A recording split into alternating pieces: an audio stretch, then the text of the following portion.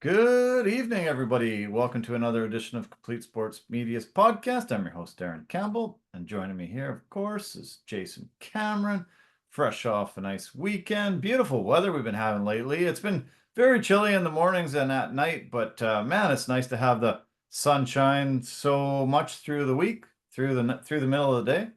Yo, dude, first off, considering where we live in Vancouver and BC, beautiful BC, Yeah. I love this because this is not what we're used to seeing.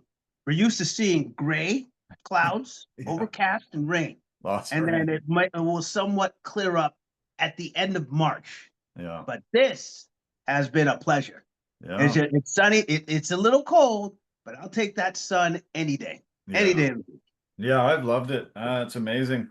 I spent the last 5 days over on Vancouver Island. Sydney on Vancouver Island actually has the lowest amount of rainfall in Canada.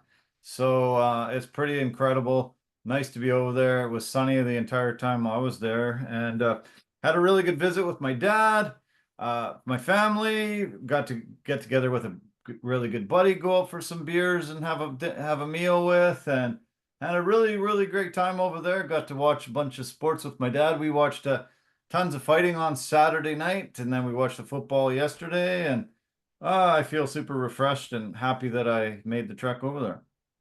Nice, man. Hey, I love going over to the island when I can, and it's like at a slower pace than everywhere else, right? So when you go over there, you definitely go over there to relax, and then you get your relaxation when you come back to the real world. Yeah.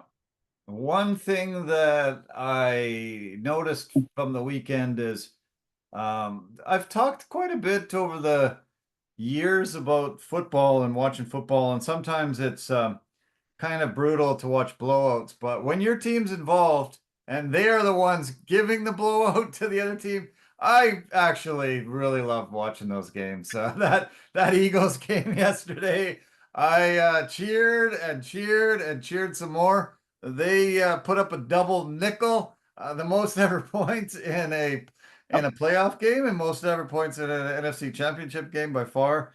And it was awesome. We're gonna break it down in lots of detail coming up, but man, that was a fun game. That was one of the most fun games I've ever watched. It was a beatdown. Like the fact that they started off well and they just kept it going.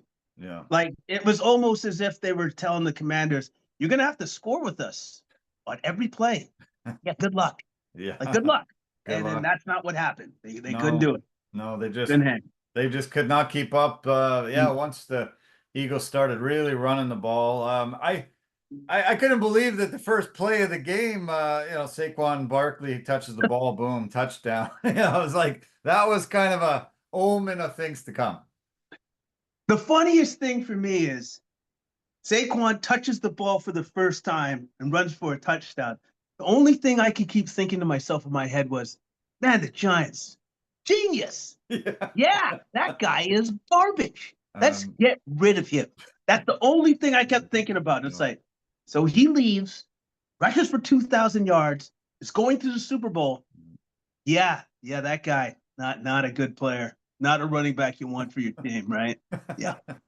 Yeah, it's just more salt in the wounds for those guys. Oh my God, over and over and over and over, game As after it should game, be. week after week, and they got to suffer for at least a couple more weeks. And if he hoists the Lombardi Trophy, it'll be even tougher for those Giants fans and the people in that organization. Unreal. Another thing that I heard today is that Saquon Barkley actually turns 28 on Super Bowl Sunday. And so what a great birthday present. He's going to have to be there. Imagine if he wins the MVP and gets a Super Bowl trophy to hoist and eventually gets a Super Bowl ring. What an incredible birthday that will be. His teammate as well, Cooper DeJean, turns 22 that day. So two guys celebrating their birthday, but Saquon, being the MVP of that team, possibly the MVP of the league, and front runner in my opinion to win the Super Bowl MVP. Yeah, I would say so. Out of everybody, well, besides the other guy, Mahomes. Besides that guy, it's between those two guys. Yeah. And I'm sure that he's going to be super motivated. I'm sure DeJean's going to be super motivated. Obviously, they would be. It's the Super Bowl. But I just hope there's one thing that the Eagles do. Don't go away from what you're good at. Yeah. If you run the ball, like Keep even if you running. get down, Yeah. keep running the ball. That's Keep it. running. That's all I got to say. No, yeah. Good advice. Hopefully take it. Yeah, it's going to be fun. It's a rematch. So, yeah, we'll break down the last time they played each other a couple years ago. And we'll get really into the nitty gritty of that game and the other game that brought the Chiefs also to the Super Bowl. But I did want to talk about some golf to start off with. I just finished watching the latest coverage of the TGL golf. And tonight it was really exciting because it was Tiger Woods versus Rory McIlroy. This is the two guys that are the main guys that put this whole league together. Finally, we get to see them head to head, and it was the best matchup we've seen in the league so far. Jupiter against Boston. Boston hadn't played yet. Jupiter had lost their opening match, so this was the second match for Jupiter. First match for Boston, and it was absolutely awesome. Back and forth the entire match. Jupiter with Tiger Woods ended up winning it in overtime and got their first victory of the season. They won 4-3, and it was great. I loved it. The other weeks they were working some bugs out. There was some blowouts, and it wasn't that fun. This week, I'm telling you, it was super solid entertainment, about 2.5 hours, and I really am excited for it after seeing those two guys go head to head. The other guys really played well on their teams, and it was awesome. And I'm sure this is what they envisioned. Yeah. This is what they had in mind when they created this, that this is what it's supposed to look like. And I'm just so happy to see that the two guys that created this had their best match so far, and they demonstrated what it could be. Yeah, it was terrific, and I didn't realize I listed off the owners, quite a few of the owners to you at the beginning of the league. I didn't realize that some of the owners of Boston were Mike Trout and David Ortiz. Trout, three-time MVP, Ortiz, a World Series champion. Those guys were in attendance, as well as the New England quarterback Drake May was there. There was a bunch of musical stars there, and quite the amount of stars were out tonight to watch the Tiger and Rory. That really adds a lot when the celebrities show up as well. Always adds a lot. Always adds just more excitement, just more of a festive feeling for like the sport. This week they're heading to Pebble Beach, and they're playing the Pebble Beach Pro-Am, and that always brings out massive amount of celebrities. It's a massive $20 million purse this week. We're going to finally see Scotty Scheffler tee it up for the first time this week. This year.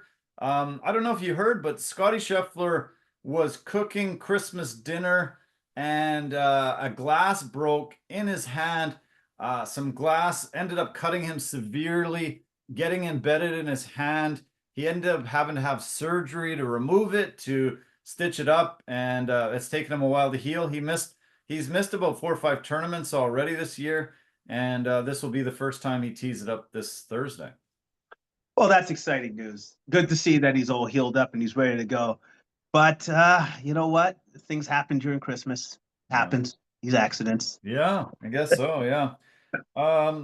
World number 2, Xander Schauffele, was supposed to tee it up, but he's got a rib injury and he might not be able to play. Rory McIlroy is number 4 in the world. As I said, he played tonight here in the TGL, but he will be teeing it up at Pebble Beach this weekend as well. Josh Allen is playing in this, fresh off his loss to KC, so he'll be there. His buddy Aaron Rodgers will also be teeing it up. They always have a ton of Hollywood stars there. In the football world, the other guys are Larry Fitzgerald's there, Steve Young is there, And then let me see some of the Hollywood stars. We've got Chris O'Donnell. We've got Jason Bateman, Will Arnett, Alfonso Ribeiro, and who else do we have here? Oh, from the basketball world, Pau Gasol. From the soccer world, Gareth Bale. And then Darius Rucker, Macklemore, some of the musicians. Bill Murray is always there. It's really fun. It's awesome. It's a great tournament.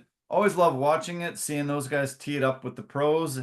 And Bill Murray's always joking around, having tons and tons of fun. And yeah, it's always an entertaining tournament, and I always tune in throughout the weekend. Yeah, it's very entertaining. And when you have celebrities that have big personalities like that, like Bill Murray and stuff, they just make it super engaging. Yeah, totally. This last weekend, they had the Farmers Insurance Open down in San Diego. Harris English ended up winning at Torrey Pines this week, and he has been recovering from hip surgery. It basically knocked him out for about a year and a half. It took him about another half of a year to get back to form. This is his first victory since 2021, and it was great. He played really, really well. This is one of the hardest courses. Torrey Pines is one of the hardest courses on tour, and they just made an announcement this weekend that it will be hosting a tournament in three weeks. The tournament was supposed to take place in LA, but because of the fires, they've moved it down to San Diego. So all the guys that teed it up this week will have a big advantage to tee it up in 3 weeks for against the guys that didn't come this week. It wasn't a really stellar field this past weekend, but guys like Harris English, we had a Canadian that was in there. He was tied for 7th. Why does his name jump out at me here? But Taylor Pendrith ended up tied for 7th, the Canadian. So hopefully he's there in 3 weeks as well and can really utilize his knowledge of the course. As I said, one of the toughest courses on the PGA Tour schedule. Well, hopefully, yeah, the guys that have played before, they can use that to their advantage for the guys that are coming in. And maybe we'll see somebody new win. Yeah, let's hope. Yeah, let's hope Pendrith can do it. And yeah, it should be a fantastic tournament. Great to see that tough course. I sometimes don't really love seeing the guys struggle so bad, but this course seems pretty fair. The winning score, I think, was 8 under on this tournament, and it's pretty great to see. Sometimes when the winning score is like -1, -2, it kind of takes away from the beauty and the absolute talent of these guys when I think, oh, I probably could shoot 1 or 2 under.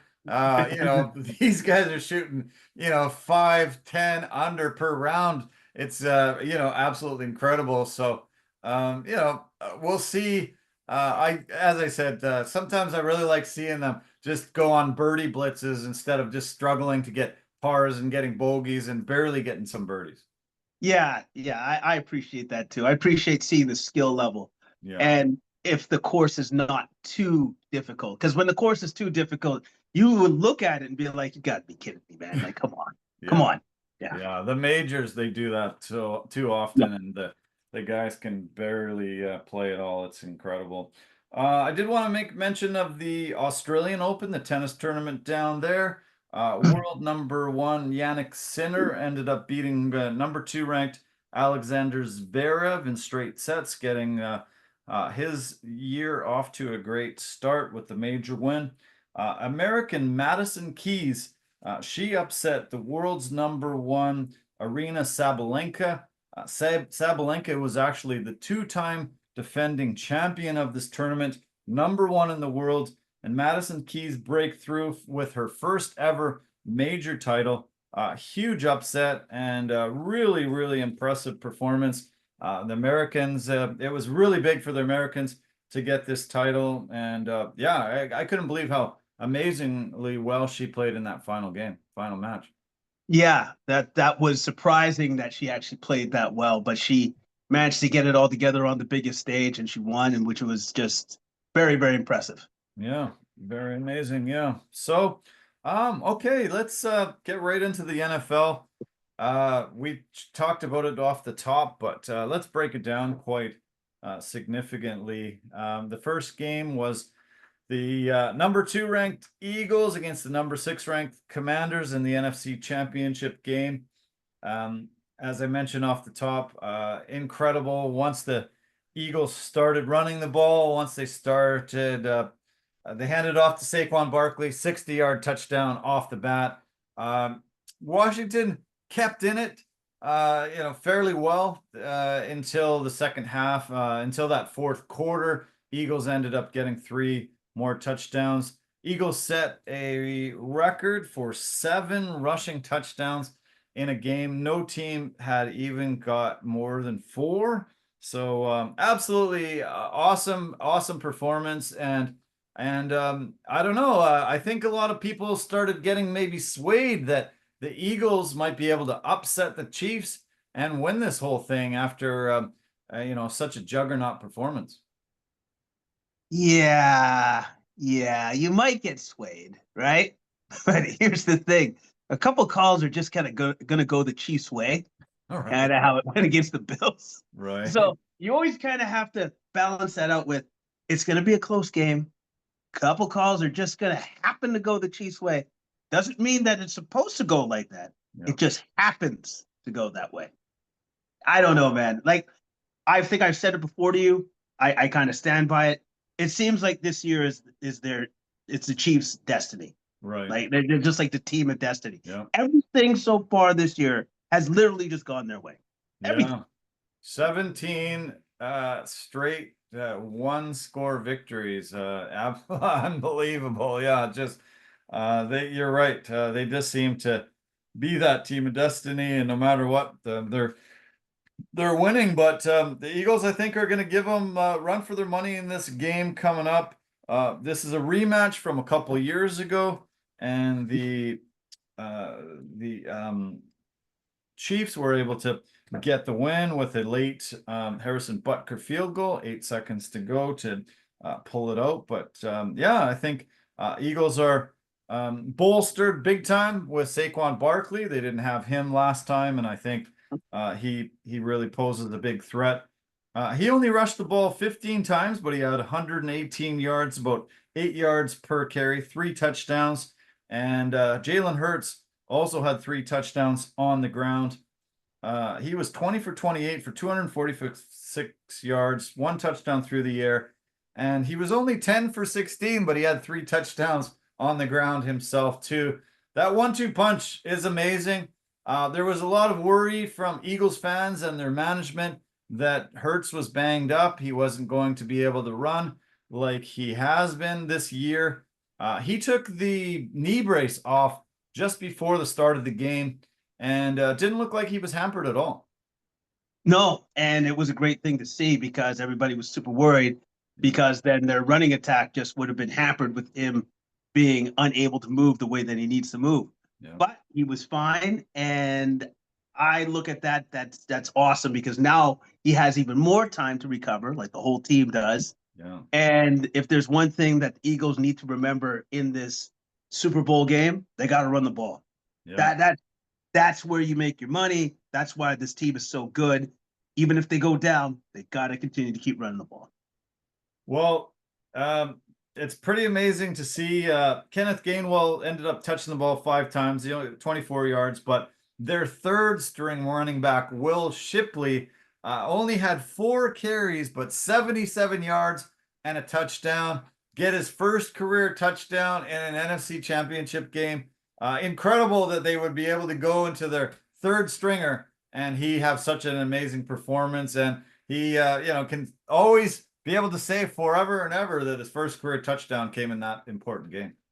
You know, the best thing that I saw about when he ripped off that run and he almost scored, but then scored later, was the joy and the satisfaction that was on Saquon Barkley's face. Yeah. Seeing him rip off that run. Like, knowing that that's your guy, like, he's the guy.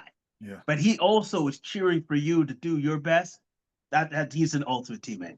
Yeah, he Ultimate seemed dream. like he was the first guy to congratulate him, and he wasn't Yeah, even on the field at the time. So exactly. that's very cool. And Saquon has proved that a time and again that he is such a really classy guy, an amazing teammate, and he's cheering for you as much as he's cheering for himself. So they also had a great aerial attack. AJ Brown had another good game with 6 catches, 96 yards, and a touchdown. Dallas Goedert had 85 yards through the air, and Devontae Smith had a couple of really, really nice catches, tiptoeing on the sideline there. And yeah, they have a great aerial attack too. They don't utilize it as much as their running attack, but they're just not a one-trick pony. No, they're not a one-trick pony. I'm glad AJ Brown got his touchdown because that meant that he's now happy and stuff. And like since they won the game, he should be, but he needs a touchdown, so now he's really happy. So that's good. Yeah. And yeah, man, like they showed us that they're that much better than the Commanders, and that they deserve to be in the Super Bowl because they're that good. The Commanders have been really, really good this year at protecting the ball, Yep. and the Eagles' defense really took advantage of them. So many punch outs, amazing plays that, yeah, Washington, I just had not been turning over the ball. And that was one of the biggest reasons to me why this ended up becoming a blowout, too. Yeah. The Eagles' defense was fantastic, forcing turnovers the way that they did. And the fact that they were forcing those turnovers and then scoring offset turnovers, it just started to snowball against the Commanders, and then they were never able to recover after that. Yeah, Fortune 3 fumbles and an interception. Quinion Mitchell had the pick. I couldn't believe how many incredibly big plays they had, punching out the ball and recovering it and stopping them. They also got 2 turnovers from fourth down chances that Washington went for. Washington was 4 for 6, but they did turn over the ball twice as well, trying to go for it on fourth down.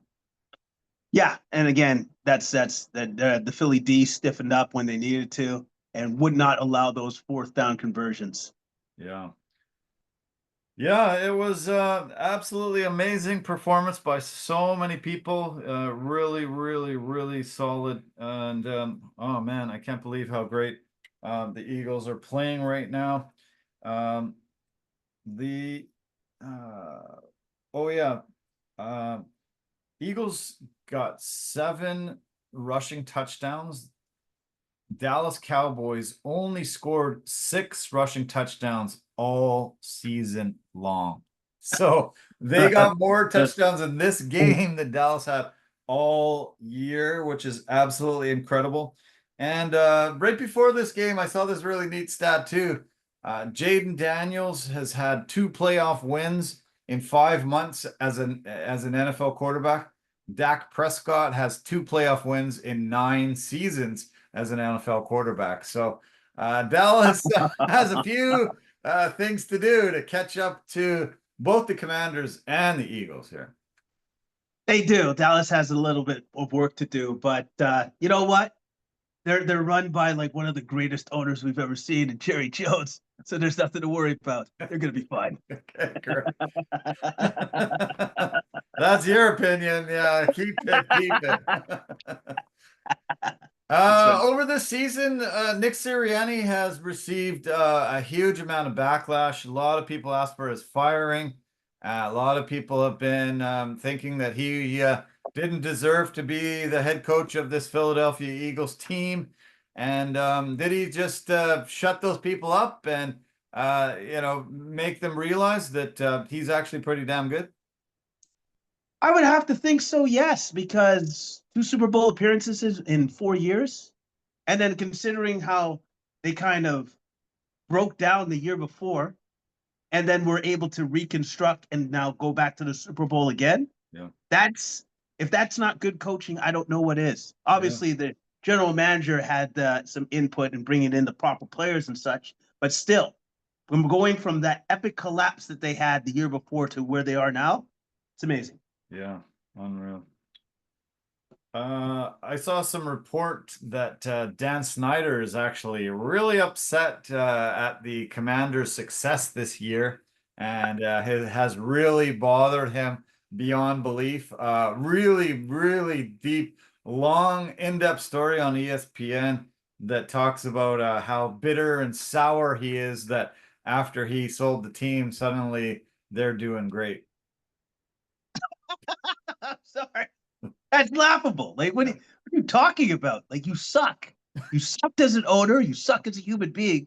That's what happens when you suck and you bring that suck into the whole organization. All of a sudden, the whole organization sucks. And then all of a sudden, once you take that cancer out, that's you, Dan Snyder, take it out, the suck, it goes away with it. And all of a sudden, oh man, we can win. We got a winning attitude. We got a winning culture. We Yeah. like to win here now. I have no idea.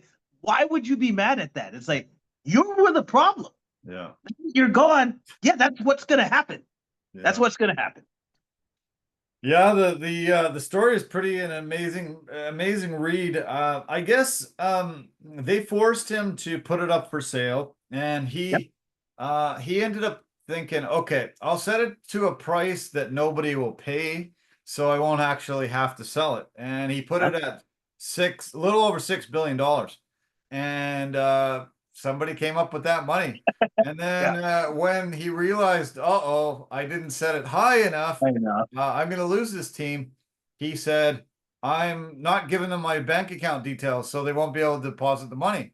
I'm not giving them the keys to the offices, to the stadium. They're not going to be able to get in. And he was just like a spoiled, rotten little kid, stomping his feet saying, no, they're never going to be able to take this from me. And I guess in the end, supposedly his wife ended up saying, come on, Dan, it's time to finally let it go. Let's just let it go. We'll cash the $6 billion check and we'll right off into the sunset. And at the 11th hour, like it was 2, 3 in the morning, and he still had the keys, and nobody was going to be able to get into their offices, the stadium. Nobody was going to be able to head in there. And man, it was pretty wild to hear all the wranglings and hand wringing he had. Is just, I don't want to give this up. I don't want to give this team up. And finally he had to. Well, you probably wouldn't have had to give up the team if just were a better owner, person, individual, like all of those things. Yeah. But unfortunately, well, that's not you. That's not you. That's why you had to give it up. Yeah, I guess he spent some years as a child in the UK, so he's moved there full time. He has been trying to secure a soccer team there, one of the football clubs, and I don't think he's going to get one. I don't think any owner's going to turn it over to him, and I think the backlash will be too great, and so I don't see him getting it. He's been trying severely, I hear, but I would be really shocked if he gets one. Here's the funny thing, Dan. Billionaires talk to each other, even if they're like across an ocean, because they can do that, right? They're talking to each other and saying, so what do you think of Dan Snyder? Everybody's like, oh yeah, don't sell it to him. No, don't do that. That's a bad idea. Yeah. Be bad for any league and Yeah. any club. And yeah, so let's hope he doesn't get it. And let's hope he goes away like Donald Sterling. Because once Donald Sterling got rid of the Clippers, have we ever heard from him again? I don't think so. I don't think his name's even come up other than, me mention it. Others mention it once in a while as the former owner of the Clippers. So let's hope Dan Snyder just goes the same way as Donald Sterling went. Yeah, you know what? Like, I can't feel bad for them because you got paid. Big money. You have billions of dollars in the bank. Big so money. Yeah. all you have to do is this: go enjoy it. Yeah. See you later. See you later. Goodbye. Exactly. Yeah. Okay, let's switch to the other game, the AFC Championship game. The Chiefs just figured out a way to win a game. 32-29 victory. This will put Mahomes and the Chiefs in line for the first three-peat in NFL history. And it's just unbelievable how they just figure out a way. You said it earlier in this conversation, but it's just something that is kind of mind-blowing that they just they just win. They just know how to win, and there's nothing that you seem to be able to do to stop it. Absolutely. Like, how about this? I feel real bad for Josh Allen. Yeah. I feel for him because he just happens to be awesome, but he's in this weird situation where I'm awesome, but there's this one dude that's literally better than me, and I can't seem to get over the hump. I Yeah. think he's lost the AFC Championship game to Mahomes now 4 times. 4 times. Yeah. Yeah. 4 times. So yeah.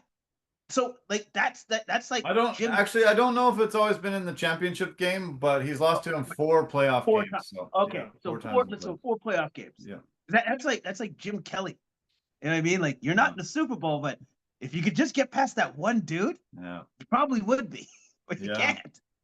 I guess we can't project out, what's going to happen to the future, but right now it sort of seems like he's going to be remembered as that Dan Marino guy, or maybe Peyton Manning, who, it took till the very end of his career. He got beat by Tom Brady so many times, Aaron Yep. Rodgers and others, but he finally got that Super Bowl. Same with John Elway. It took him a really long time. John Elway made it to the Super Bowl on a few occasions, but he didn't get that Super Bowl until the very end of his career when he was, really, really close to retirement. So we'll see, but you got to feel for a guy. He comes up against the GOAT. Maybe, this is a guy that's really challenging Tom Brady for GOAT status, and he just can't get over that hump. And you can't blame this on Josh Allen. You can't pin these 4 losses to Hell the no. Chiefs on Josh Allen, because I think he's actually been awesome.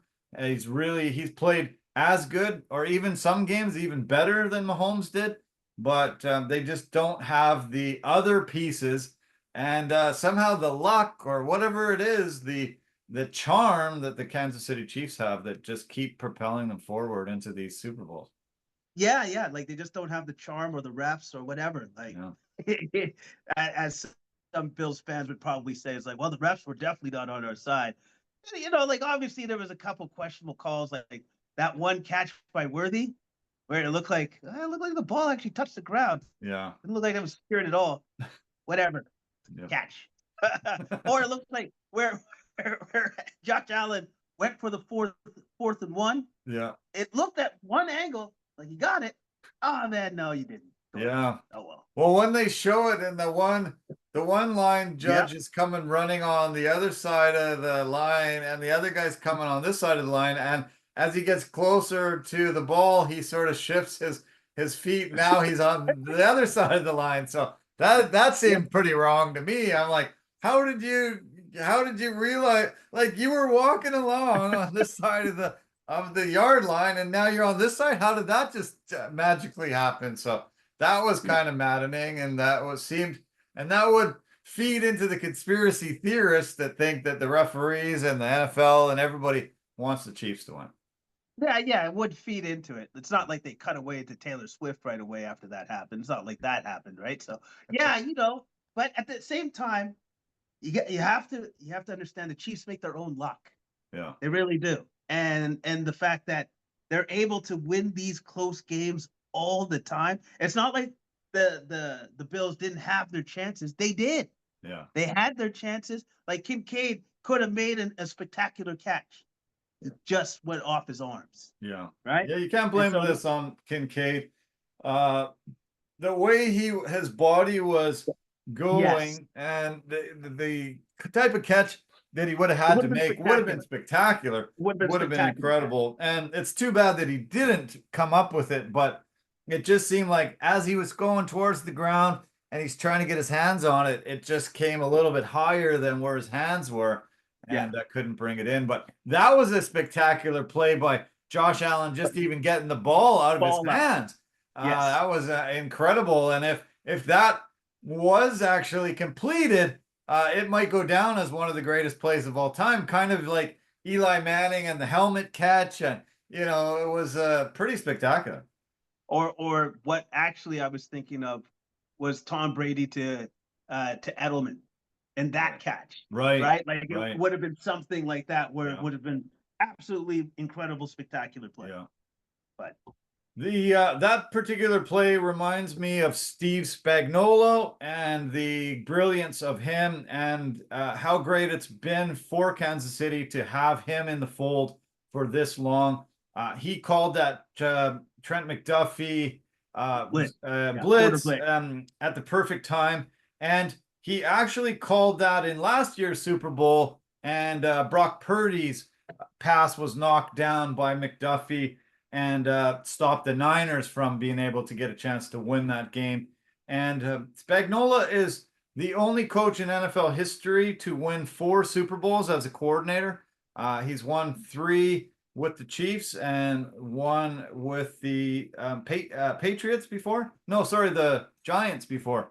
So yeah, incredible that he's been able to be there that long and been able to, provide all the incredible plays, and seems to just dial up the perfect defensive play at the right time. Yes, he's absolutely incredible for doing that. Like he just has the perfect feel for the game, and he knows when to dial something up. Yeah. It's like, I think we need to do this play right here, right now, and he's always been correct. I think it's even more impressive that the Chiefs organization has said, yeah, that's one guy that we're not going to let go. Yeah. Right. So it's like, oh, do you want more money? Yeah, no problem.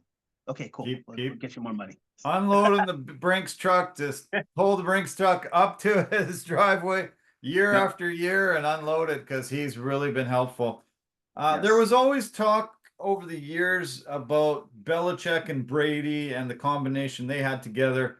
Greatest quarterback, greatest player of all time, and with the greatest coach. And could one win without the other? Who was more important? Tom Brady ended up leaving and winning the Super Bowl. Belichick and the Patriots really didn't have any more success since after Brady lost. So I think a lot of people started siding on the side of Tom Brady being that guy. Will Andy Reid have to retire or leave, or will Patrick Mahomes have to leave? Or is it the same kind of conversation people will have over the years, that it's Andy Reid and Patrick Mahomes' symbiotic relationship, or Patrick Mahomes could have won some of these Super Bowls and championships without? You know what? I don't really think it's going to get to that kind of narrative. I know that people are going to talk. It's just that with Brady and Belichick, their relationship was unique because at times there was definitely some animosity there. Right. And at times it just seemed like they didn't see eye to eye all the time, I guess, with the amount of years they were together and stuff. And at times they just didn't seem like they were close or friendly at all. Yeah. But with Mahomes and Andy Reid, they're like family. They're always seem to be on the same page. True. So I think one without the other, I think people would just be like, well, like after eventually Andy's going to have to retire, and Mahomes is going to go on with his career. So I think people look at it like that. It's like, well, no, Andy just retired, and Mahomes is still going to be awesome, right? Yeah. I don't think it's going to be one versus the other.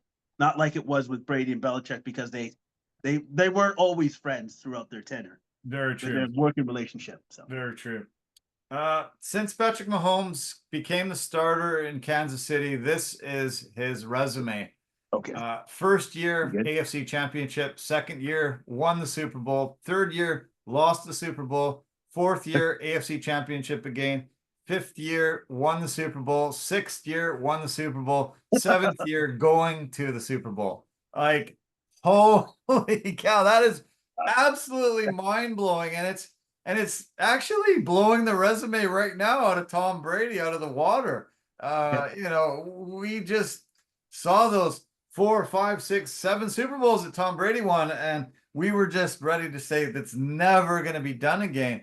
And Patrick Mahomes has blown down that door, and his resume is Hall of Fame worthy for sure already. And he's only in year 7, and he has a chance to do something nobody's ever done.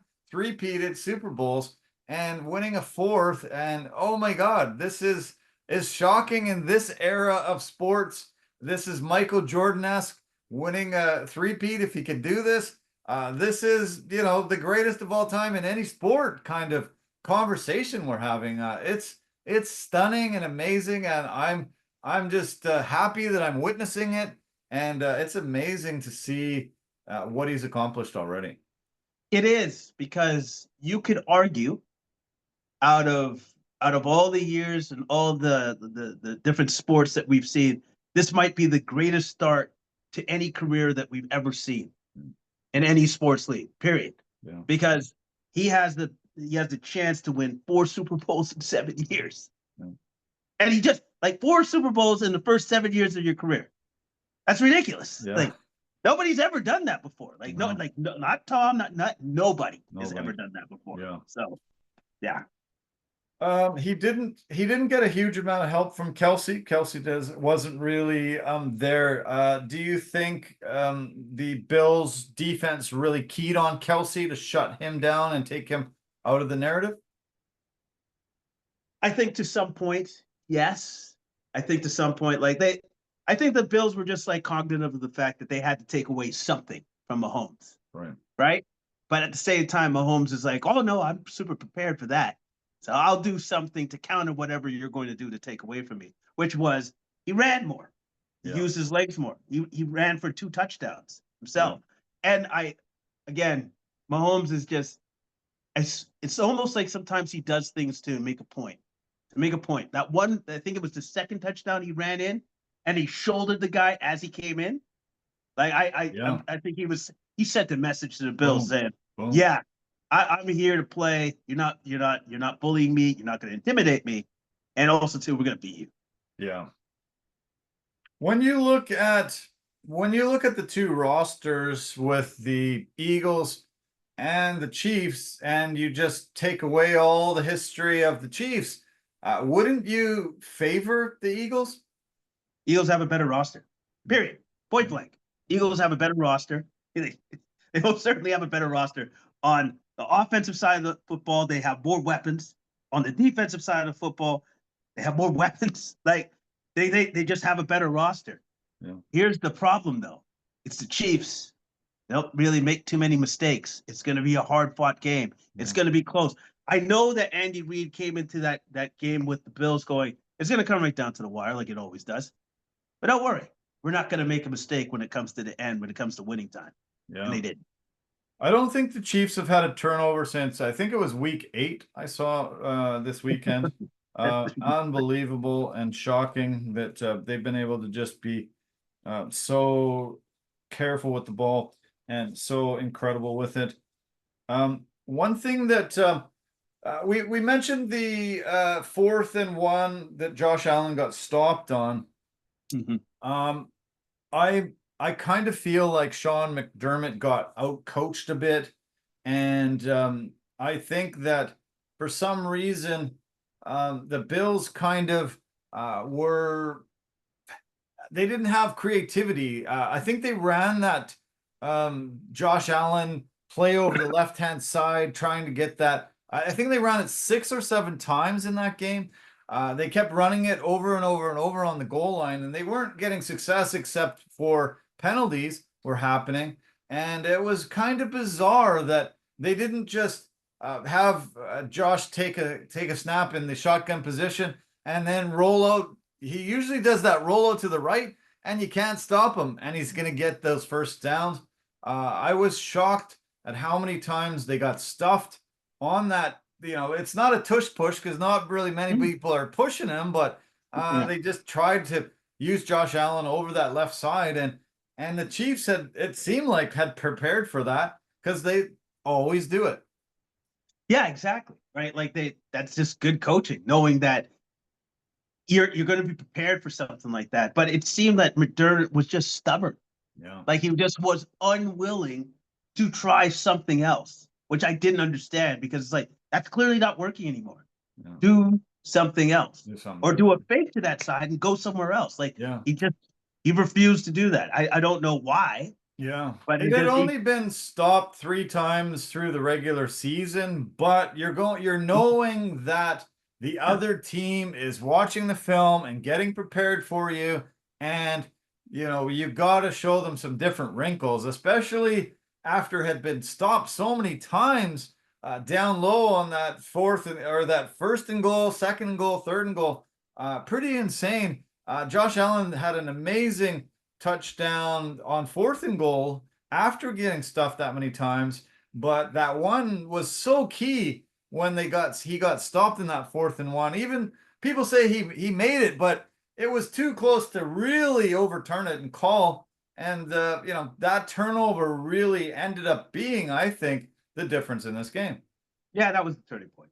I totally agree with you on that. That was definitely the turning point. The fact that they couldn't get it, the fact that you thought for sure they should be able to get something like that. And like sometimes, yes, Josh Allen's a big quarterback and stuff. Like he's a big man, but sometimes I feel that you do have running backs. Yeah. Hand it off to one of those guys and make him make a play. Let him make a play. Yeah. James Cook had a couple touchdowns, but he only carried the ball 13 times. I was surprised that he didn't carry the ball a bit more. Matt Collins had a great game. Shakir was good. Cooper was decent, but I thought Cook should have touched the ball more, and they were relying on Superman way too much, and I think it was their undoing. The Bills have won 78 games since 2019. That's the most in the NFL. That's a record, a dubious one, the most ever in a 6-year span without a Super Bowl appearance. Pretty tough. And Josh is 4-1 against the Chiefs in the regular season, 0-4 against them in the playoffs. And oh man, it sucks, man. That guy, he looked really, really, really depressed up at the podium after the game. You got to feel for a guy that is so talented, but he has to keep going up against that guy and just can't get over that hump and beat the Chiefs. And man, it's gonna haunt him for a long time. Like he keeps going up there to the podium and like, yeah, what do you want me to say? Beat me again, all right? Like, is that what you want? Is that what you want to hear from me? Like, yeah. and also too at the same time, he plays awesome. He plays really, really well. Like beginning of this game, he came out a little bit nervous. There was a couple questionable throws that were almost picked off. But once he settled down, right? But I feel for him because you just happen to be in the league where you have this dude that is just amazing. And he doesn't make mistakes when it's winning time. He just doesn't. Does not make mistakes, no. Okay, so as I mentioned a little earlier, this ends up being a rematch from 2 years ago when the Chiefs beat the Eagles 38-35. That was down in Glendale, Arizona, Super Bowl 57. Patrick Mahomes was the MVP. Harrison Butker kicked the game-winning field goal with just 8 seconds left on the clock. It was a short 27-yarder. They had marched it down, grinded out the clock. Jalen Hurts had an absolutely amazingly phenomenal game. He had tied the game with a 2-yard touchdown run and a 2-point conversion with just about 5 minutes left. That was his 3rd rushing touchdown of the game, and he did everything in his power to do it, but the Chiefs pulled it out as they always do. And yeah, I guess it would be kind of shocking if it wasn't the same kind of game and maybe the same kind of result. The Eagles have had some pretty decent success. They won with with that Philly, and they were able to get Nick Foles in there and won the Super Bowl. Came back and really gave the Chiefs all they could handle in that Super Bowl. But team of destiny, and I guess it would be kind of an upset if the Eagles win. Yeah, I don't know who's favored in the odds or like from Vegas, but I'd have to imagine that the Chiefs are favored. First off, number one, and then number two, even if the Eagles do everything right, the Chiefs can still beat you. That's the problem. That's the problem. It's like you can do everything right. You can play perfect football. Don't turn over the ball. All of that sort of good stuff, and you could still get beat by the Chiefs. Yeah. Especially when it comes to this year. So I don't know, man. Like all I can say is this: the Eagles need to play to their strengths and not forget about the run. That's it. Yeah. I don't know what Chiefs. happens after that, but yeah. Go ahead. Yeah. After that, yeah. Chiefs are favored by 1.5 so far from the DraftKings Sportsbook. The money line has Chiefs at -130, the Eagles at 110. That's really, really close and tight. Really They've got an over/under of 49.5. But yeah, as of now, Sunday, February 9th, 3:30 p.m. Pacific time kickoff, down in New Orleans, Louisiana. I love when the Super Bowl's in New Orleans. Fantastic, really good city to host this. Should be a lot of fun. Hopefully, we won't see any of the craziness that we saw when the college football playoffs were down there, and that guy drove the truck into the crowd and stuff. But I'm sure the security is going to be at maximum level, and hopefully we'll be seeing no incidences at all. But yeah, it's always really fun down in New Orleans for the Super Bowl, and it should be an incredible game. I can't wait. I just hope to see that everybody, regardless of who wins the game, that everybody's out in New Orleans just enjoying themselves and having fun. Kind of like what I saw it on Instagram. Philly fans on Broad Street in Philadelphia. It looked like it was hundreds of thousands of people. Like it looked like, to me, people didn't go to work today. No. That's what it looked like to me. Like Yeah. people said, taking the day off today, boss. I'm not coming in. Yeah, no, I think probably most businesses realized, no, my employees are gonna have to take the day off, or they're gonna be showing up to work a little bit worse for wear. So, yeah, the crowd on Broad Street was chock a block. You couldn't see Great. any empty sidewalk or street, and they were just flooded from one end to the other. It was awesome to see.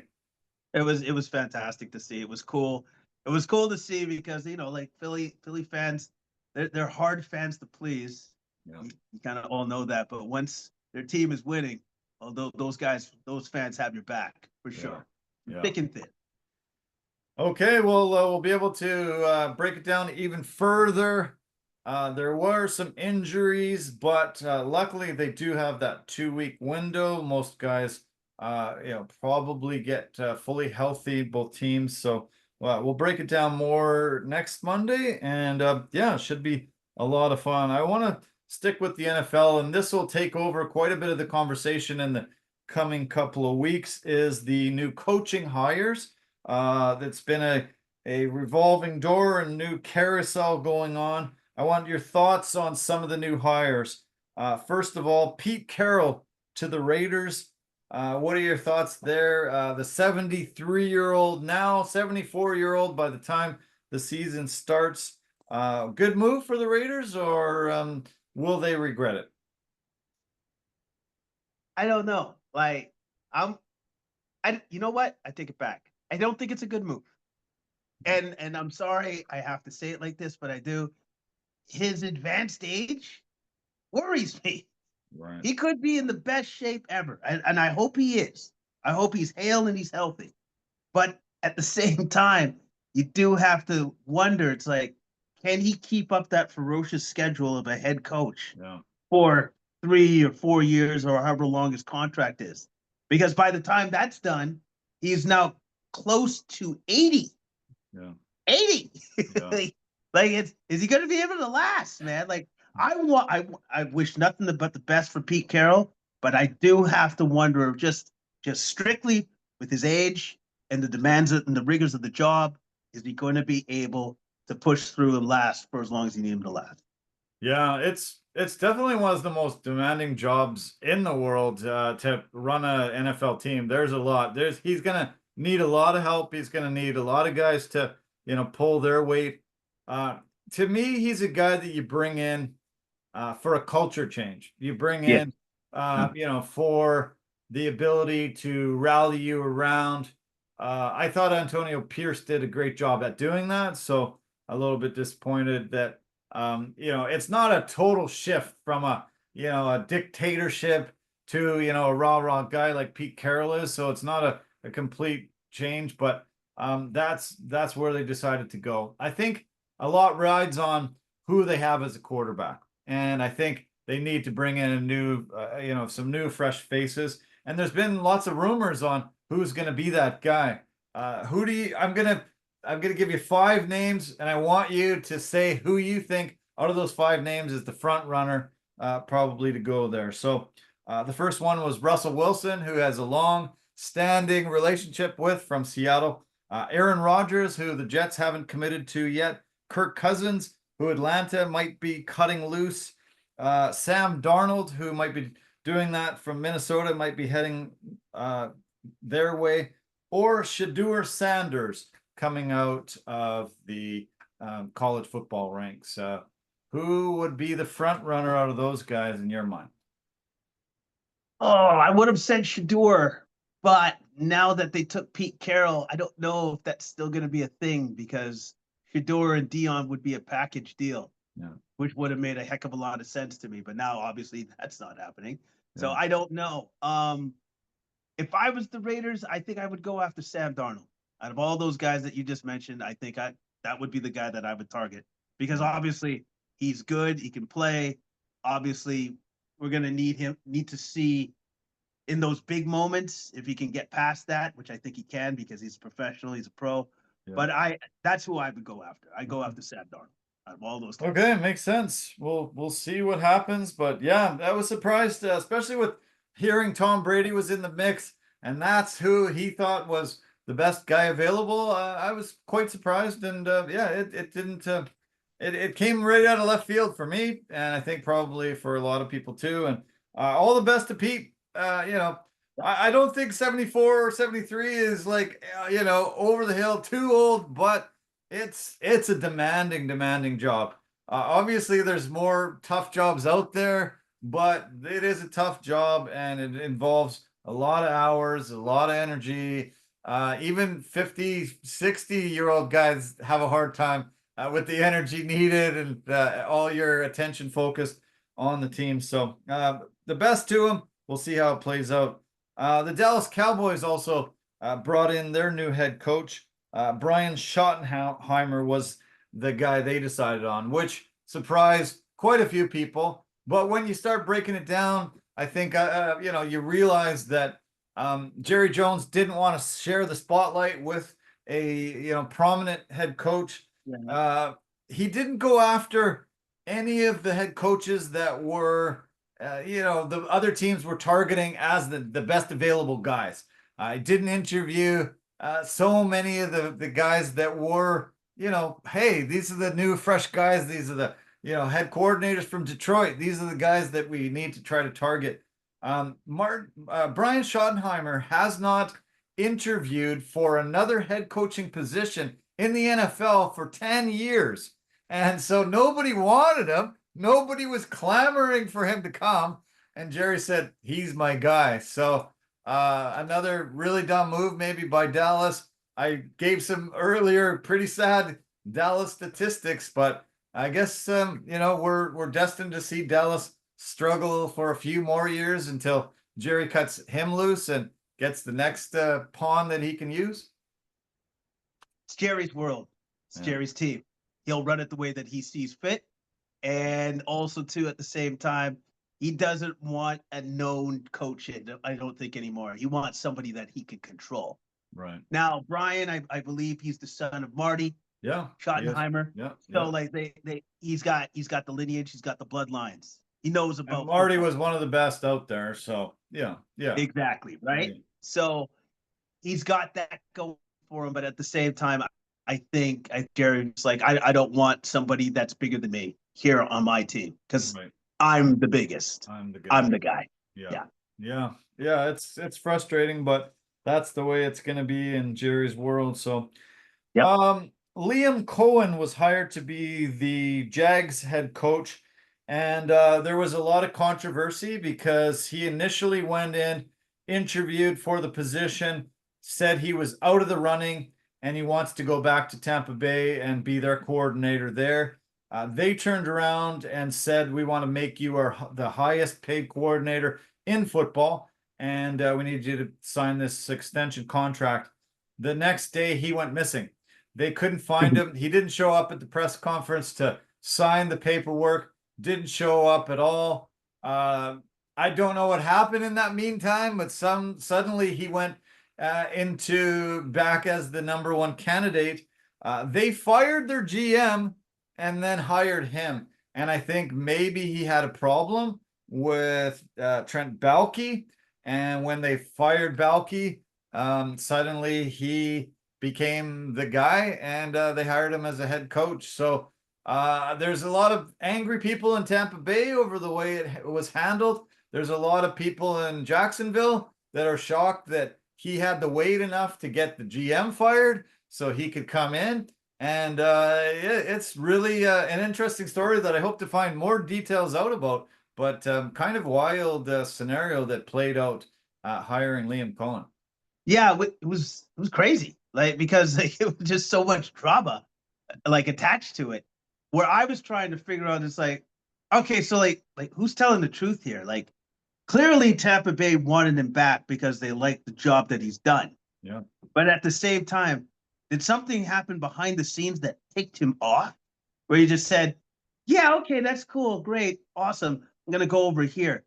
But at the same time, as he was going at the Jags, he's just like, I'm gonna need you to get rid of that guy if you want me to be the head coach. Like, that's a huge flex. Yeah. To tell the organization, it's like, yeah, that dude I don't get along with. Fire him, and then you get me. Yeah. And they did it. They did it. Yeah. Which I can't believe that they did. I can't believe that. Pretty amazing. Yeah, I was stunned by it, and I think a lot of people were. The Bears have decided on Ben Johnson leaving Detroit, taking over their head coach. They also named their new coordinators today. Dennis Allen takes over their defensive coordinator, and Declan Doyle takes over there as their offensive coordinator. Dennis Allen is a former two-time head coach in the NFL, long time in the league. Declan comes in at only 28 years old, the youngest guy in the NFL. And so now Caleb Williams has a guy to hang out and party with. These guys are going to hit the clubs. They are going to just be making it rain. And I'm pretty surprised that they decided on such a young guy to take over as the OC. Doesn't make sense to me that Ben Johnson would think that he's the best candidate, the youngest by far. And yeah, I guess they want a babysitter for Caleb, and they think he could be the guy. Don't know about that, the babysitting, but maybe Ben Johnson knows something that we don't. Where this guy is literally a savant. He's a genius when it comes to offense, and we're all going to find out for this next season coming up. Yeah. Maybe that's what's going on. Yeah. Either way, I don't know if the Chicago Bears organization is going to give Ben Johnson a lot of rope. I think they want to see definite improvements, possibly a 500 club coming right out the chute. And I don't know if he doesn't give them that, if he still has his job for the next season. Right. So like I think it's going to be I think he has one of the toughest jobs to improve upon right away. And I think the owners for the Bears are going to be very demanding of him. Yeah. Very demanding. Big time, yeah.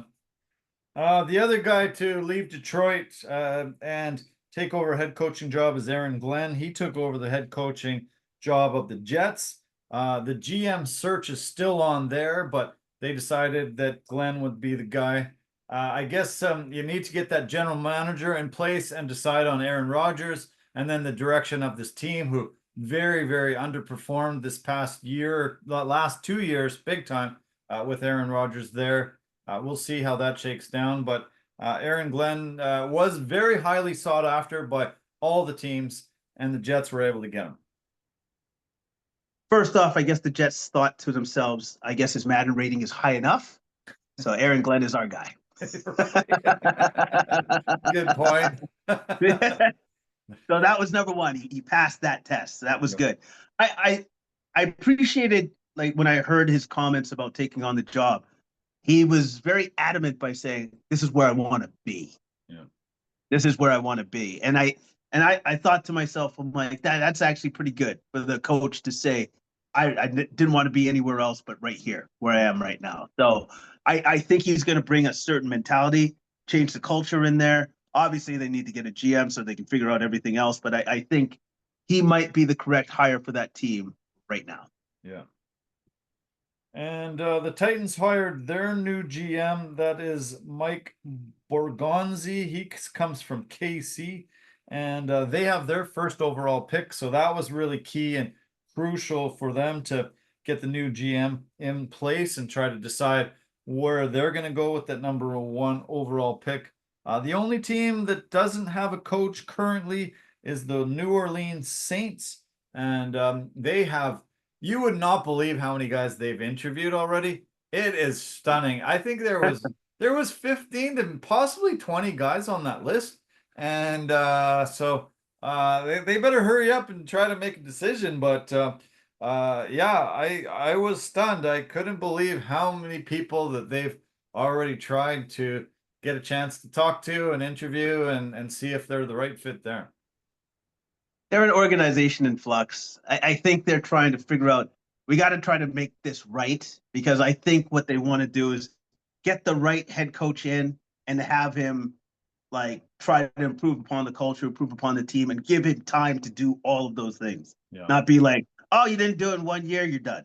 Right? Like, I think they're trying to find that guy. Yeah.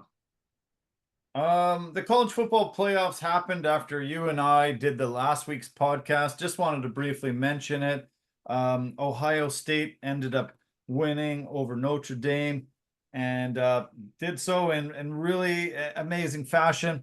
After losing to Michigan, they went on an incredible run, were able to beat so many of the top teams. Great season for college football. Kind of bizarre that number 7 was facing number 8. So I think they've got to get the rankings figured out a bit better going into next year's playoffs. But all in all, a pretty phenomenal season for college football. Yeah, all in all, very. I thought it was a success. Yeah, like you said, the rankings will have to be figured out a little bit better than what they were this time around. But I like the fact that you have so many teams that have a chance, right? Because, like, as you go through your schedule, if you have like a bad loss here or there, it's not going to affect you as much, as long as you can get within that, get into the tournament, then you have your chance to win the championship. And I think that's a good thing. Ohio State will have a really easy job of recruiting coming this year, with the amount of great talent they had this year and the success they had going to get to little towns, places around high schools. Being able to bring guys into the fold will be a fairly easy recruiting job, one of the most prime easy recruiting jobs. But I think this team is going to be decimated this year. I think we're going to see 15 to 20 guys get drafted from this team. And Penn State today went and took away their offensive coordinator and took him away from Ohio State, paid him more money, I guess, convinced him to join Penn State. His name is Jim Knowles. Actually, did I say offense coordinator, defense coordinator, and took him away. And I think this is going to be a carcass you see out in the middle of the desert, with the buzzards coming in and the hyenas and the lions and the cheetahs and on and on and on. And the bones are going to be picked pretty clean from this team from this past year. Yeah, because, well, that's what happens when you're good. The NFL comes calling, and some of those guys will be eligible, so they're gone. They're going to go. Other teams will try to get them to transfer more money from NIL money. It's going to be tough to, just assemble this team. I think they're almost going to have to start from scratch to put this team together. Yeah. That's why their recruiting better be on point, because there's going to be a lot of positions that they're going to have to refill and restack up and all that sort of stuff. So that's what happens now. I think that's the challenge that you're going to have for any team that wins the championship game, where they're just like, people are just going to be circling and saying, let's see who we can take. Yeah, it's going to be tough for them, but we'll see how it shakes down. It'll be interesting to discuss over the coming weeks and in the off season here. Let's switch to the combat sports world. The great thing about no UFC on Saturday was that it gave me the ability to try to watch some the other organizations and leagues. And my dad was able to dial up on his streaming services all the pay-per-views that were out there. There was 9 pay-per-views going on Saturday night, and it was from the World of Boxing, MMA. We had bare knuckle, we had wrestling, and some boxing. It was amazing how many organizations were out there putting on events, and him and I flipped back and forth. We watched some boxing, we watched some MMA, we watched some mixed martial arts, some bare knuckle. It was pretty great, and I don't often get to dabble into so many of the others because the UFC always takes precedence. Yeah, no, it's good. It's good to dip your toe in, so to speak, and see some of the other stuff, because especially like the BKFC, the bare knuckle fighting championships, I think that that's that's probably the biggest growing like new organization out there, because it's awesome to see. Yeah, Like these guys, they're going at it hard, and then usually the fights are not that long yeah. because they're fighting with bare knuckles, get knocked I out. I actually could see the BKFC being massive, massive. Yeah, It yep, is very absolutely. entertaining. It provides a ton of knockouts. Out of the 12 fights, there was 9 knockouts. There was 2 decisions and 1 disqualification. And a lot of the knockouts were happening very quickly. It was just whoever lands that first massive shot, Some the other shots. guy is going down, and it's going to be a spectacular knockout. That's going to be viral. That's going to be incredible. And man, there was a lot of spectacular knockouts. I couldn't believe it. Fight after fight after fight was ending in the best fashion that you can ever think of. Yeah, and then that's the draw, that's the allure of the BKFC, which is the fact that you're going to see some spectacular knockouts, and Yeah, they're going to come fast. Like as soon as somebody makes a mistake, they're definitely going to pay for it, yeah, big time. yeah. Um, they okay. I'll talk about the main event in a sec, but the co-main event had Big Ben Yep. Rothwell, a longtime UFC guy, and in many promotions around the world. He was taking on the defending champion Mick Terrell in the heavyweight championship, and and Big Ben was just waiting. He was just stalking and waiting and waiting and waiting, and finally just unleashed the shot. Really, the first punch that he threw that landed, and boom, it was gone. 36 seconds. He was the heavyweight champion. And it really actually seemed like it meant so much to him. He took the microphone, said this was the best crowd that he had been ever in front of. He just could not believe how excited he was, how much he felt so happy to hold the belt and get it. And it was in Philadelphia. Sold out crowd in the arena there. 17,762 was the attendance, and man, they were really loud.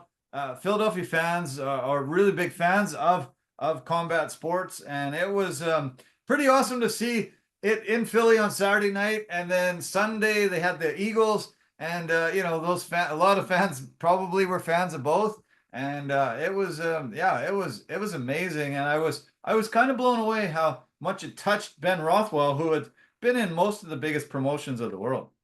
Yeah, like he's been everywhere. He's Yeah, been everywhere, and he's fought in pretty much every big promotion that's out there. yeah, And the fact that he felt so proud of that moment for that particular promotion, that's pretty cool. That's pretty cool, and that's why I say that you could see it. It's on the rise. It's yeah. on the up. Now, I did see from Ben Rothwell, I think, or from his Instagram, he called out somebody, which was, I think it was Mark Hunt. I don't know if Right. Mark Hunt's even part of the organization. I don't even know if they can make that happen.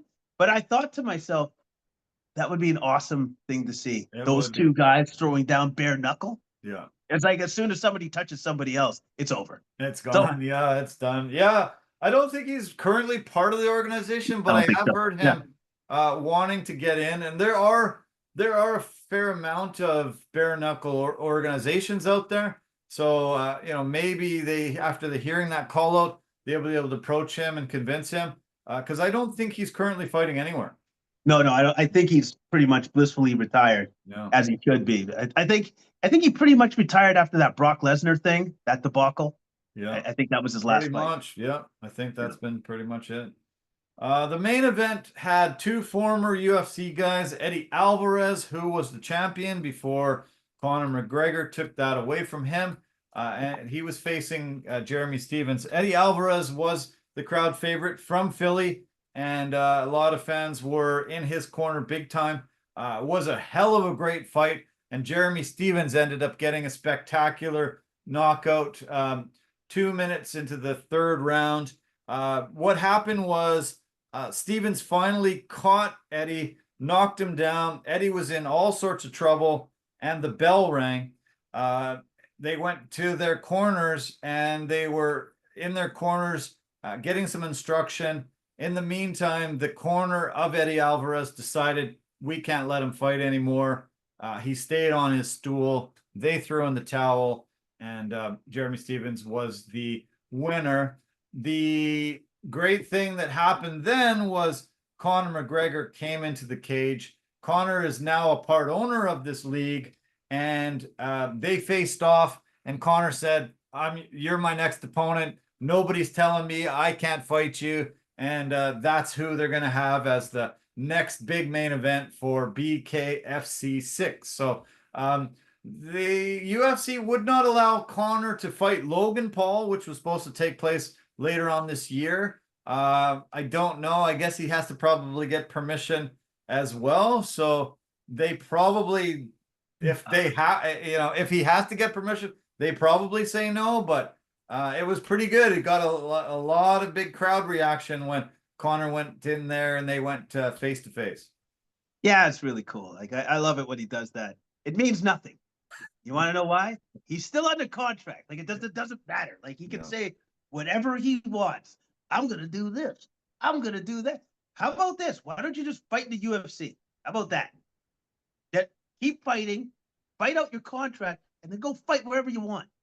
Oh, but no, he doesn't want to do that. Like that fight will never happen. Right. It's really cool. I love the fact that he was really pumping it up. Like he's like, "Oh yeah, I'm gonna." No, it's not. It's not gonna happen. None of that's gonna happen. Unfortunately, you're very right. I'm sure it won't. But it was hyped up, and a lot of fans got seriously into it. But yeah, I saw some really good knockouts. There was a knockout. Patrick Brady defeated Zach Kalmus 53 seconds into the first round. John Garbarino defeated Apostle Spencer via knockout 159 round one. Kane Tomlinson Jr. defeated Pat Sullivan KO 37 seconds into the first round. And lots and lots, as I said, knockout after knockout after knockout. It was awesome to watch, and I have definitely watched a little bit of bare knuckle here and there, but this one I tuned in from beginning to end, and I saw a really highly polished event in a sold out stadium and a lot of really good fights. And I think this promotion has the ability to really, really rise way up the ranks and be one of those pay-per-views that people will tune into, want to see, and I think the popularity is just going to grow and grow. Yeah, I totally agree with you on that because they got some guys in there that where you watch them and you're just like, oh my, I would never want to meet that man in my life. Like one of the guys, I don't know if he's a champion right now. What's his name? Lorenzo Hunt. That dude, when I see him fight, he reminds me of prime Mike Tyson. Wow. And you know what that means? You don't fight a man like that. Scary. You don't step in it. You don't go anywhere near him. Yeah. You just say, "Hello, Mr. Hunt. How are you doing? It's really nice to meet you." You do not piss a man like that off. Yeah. I've seen him go nuclear on some people, and that's why I think the sport is just has nowhere to go but up. Yeah. It's got nowhere to go but up, man. It's an amazing sport. The UFC is in Saudi Arabia this coming Saturday, but the PFL held their new Road to Saudi Arabia from there this Saturday. It was an early match. I wasn't able to watch it with my dad, but I was able to catch some of the action today. And the Bellator champion Usman Nurmagomedov had challenged Paul Hughes, Irish Paul Hughes, and it was fight of the year candidate. Probably will be one of the fights of the year of 2025. He's the lightweight champion, and one of those Nurmagomedovs from Dagestan that a lot of people didn't think could be beat. Paul Hughes gave him everything and more, all the run for his money. There was actually a lot of people that thought Hughes won this fight. Nurmagomedov ended up getting his hand raised, but this is one of those fights where I think in a loss, this guy actually got even more popular. It really rose his stock, and I would love to see a rematch for this. This was for the Bellator, or this was the Bellator champion, and Bellator is kind of dead now, so I guess they're going to have to figure this out for PFL, but it was an awesome main event, and great to see Paul Hughes, even in a loss, really, really do well for himself and prove that he's super tough and should get a rematch, I think. Well, if he did that good against Nurmagomedov, which is, those guys are just awesome. They just all seem to be awesome. So that in itself is super impressive. For you, did you think that Nurmagomedov won, or did you think Hughes won? I think I would have probably given the nod, just maybe 3-2 for Nurmagomedov. But he was penalized 1 point for low blows at some point in the fight. So I actually had it scored as a draw. Okay. Yeah, that's how it ended up in one of the judges' hands. The others were 48-46, which would have been a 49-46, 3 rounds to 1, 4 rounds to 1. So, you know, I was surprised that the other 2 judges had that, but not like thinking it was a robbery, because they were very hard rounds to score. And, you know, I could see them going either way, but I did think that Nurmagomedov won, but because of that point deduction, I think I would have scored it a draw. Okay, so that's as close as it gets, obviously. So definitely there should be a rematch, but they'll, the PFL is going to have to figure out all this stuff with the Bellator, since they've closeted it, they've shuttered the doors and stuff like that. Yeah. And also too, like, I don't know if you've heard anything about this, but what are they going to do with all those other fighters under contract for Bellator? Just going to release them? See you later. Release you back into the wild. Yeah, I think they're going to try to sign the ones that they find to be the most valuable. But I think, honestly, there's going to be a lot of free agents coming up very, very soon. And we'll see what the UFC does, and we'll see some of the other organizations. But yeah, I doubt they're going to sign all of them. Probably not even a huge percentage of them either, because they've already got a massive roster of guys already. So yeah, it's going to be very interesting to see what shakes down. I think we'll see a lot of Bellator guys end up in the UFC. Yeah, I think so too. I think they're just going to have to disperse and go to other organizations, other fight organizations and stuff, which is going to be good, because then at least it will be more competition for the UFC. And then hopefully, if some of those fighters come to the UFC, up the competition level with all the fighters. The co-main event was pretty amazing. Vadim Nemkov ended up getting a first-round submission win. He's a protege of Fedor Emelianenko, and so yeah, he was in his corner. He was there. The guy is unbeaten in 13. Really impressive. He has been the Bellator light heavyweight champion for a while. He was the Grand Prix champion, won that. And he's a former Sambo world champion. He looks like a guy that's very scary. I think he would be a great addition. Even though I don't like Russians, he would be a great addition for the UFC, and I think they were probably going after him. In the fight that happened before that, another Magomedov, Ahmed Magomedov, he is a protege of Khabib, and he ended up getting a really big win. He was in trouble earlier in the fight. He ended up coming out and getting a submission win. This guy had 70 amateur bouts before he turned pro. He's now 11-1 as a pro, but 70 times he fought as an amateur. I've never heard that in MMA. So, you know, he was ready as he became a pro. And Khabib talks very highly of this guy. So another guy that I'm sure Khabib's going to be trying to convince the UFC and Dana and those guys to hire, you know, sign him and bring him on as well. Well, if Khabib's saying that he's good, then he's good. Yeah. Period. I don't think you need to second guess that part. No. And the fact that the dude fought 70 times, because you know that Khabib is like saying, no, you're not ready yet. You're not ready yet. You're not ready yet. Then after the 70th one, he finally goes, am I ready now? It's like, you know what? Yeah, okay. You can become a pro now. 70 times he had to ask that question. 70 times. 70 times. I think I might have given up asking that question after many more before 70, but yeah, 70, like holy crap. Yeah. That stunned me when I saw that stat. We watched some great boxing. There was a lot of great boxing results over the weekend. That Pacheco Nelson fight ended up being a pretty spectacular fight. Pacheco ended up winning a unanimous decision, 117-111 on all three cards. That was from Vegas, and we watched some really entertaining fights on that card. They mostly were going to decisions, but I thought, very high quality boxing there. No, that's good, man. Like sometimes with boxing, you just want to see a great fight and it not be tainted by the judges or the scorecard or whatever. Clearly, that's not what happened that night, that's a great night of boxing.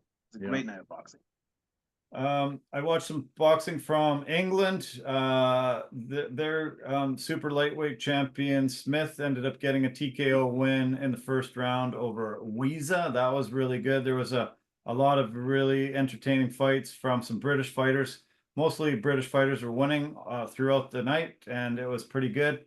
And I also watched the fight from Friday. It was Friday in Japan, but it was Saturday here. That was with Inoue. He ended up winning, beating Kim, fourth round knockout. He retains the 4 belts that he had: IBF, WBC, WBO, and WBA, all the featherweight championships. And we've talked about him on this podcast before. One of the greatest fighters in the world, and he looked awesome that night against a really tough guy with a great record. But yeah, I was really happy I got to see that as well.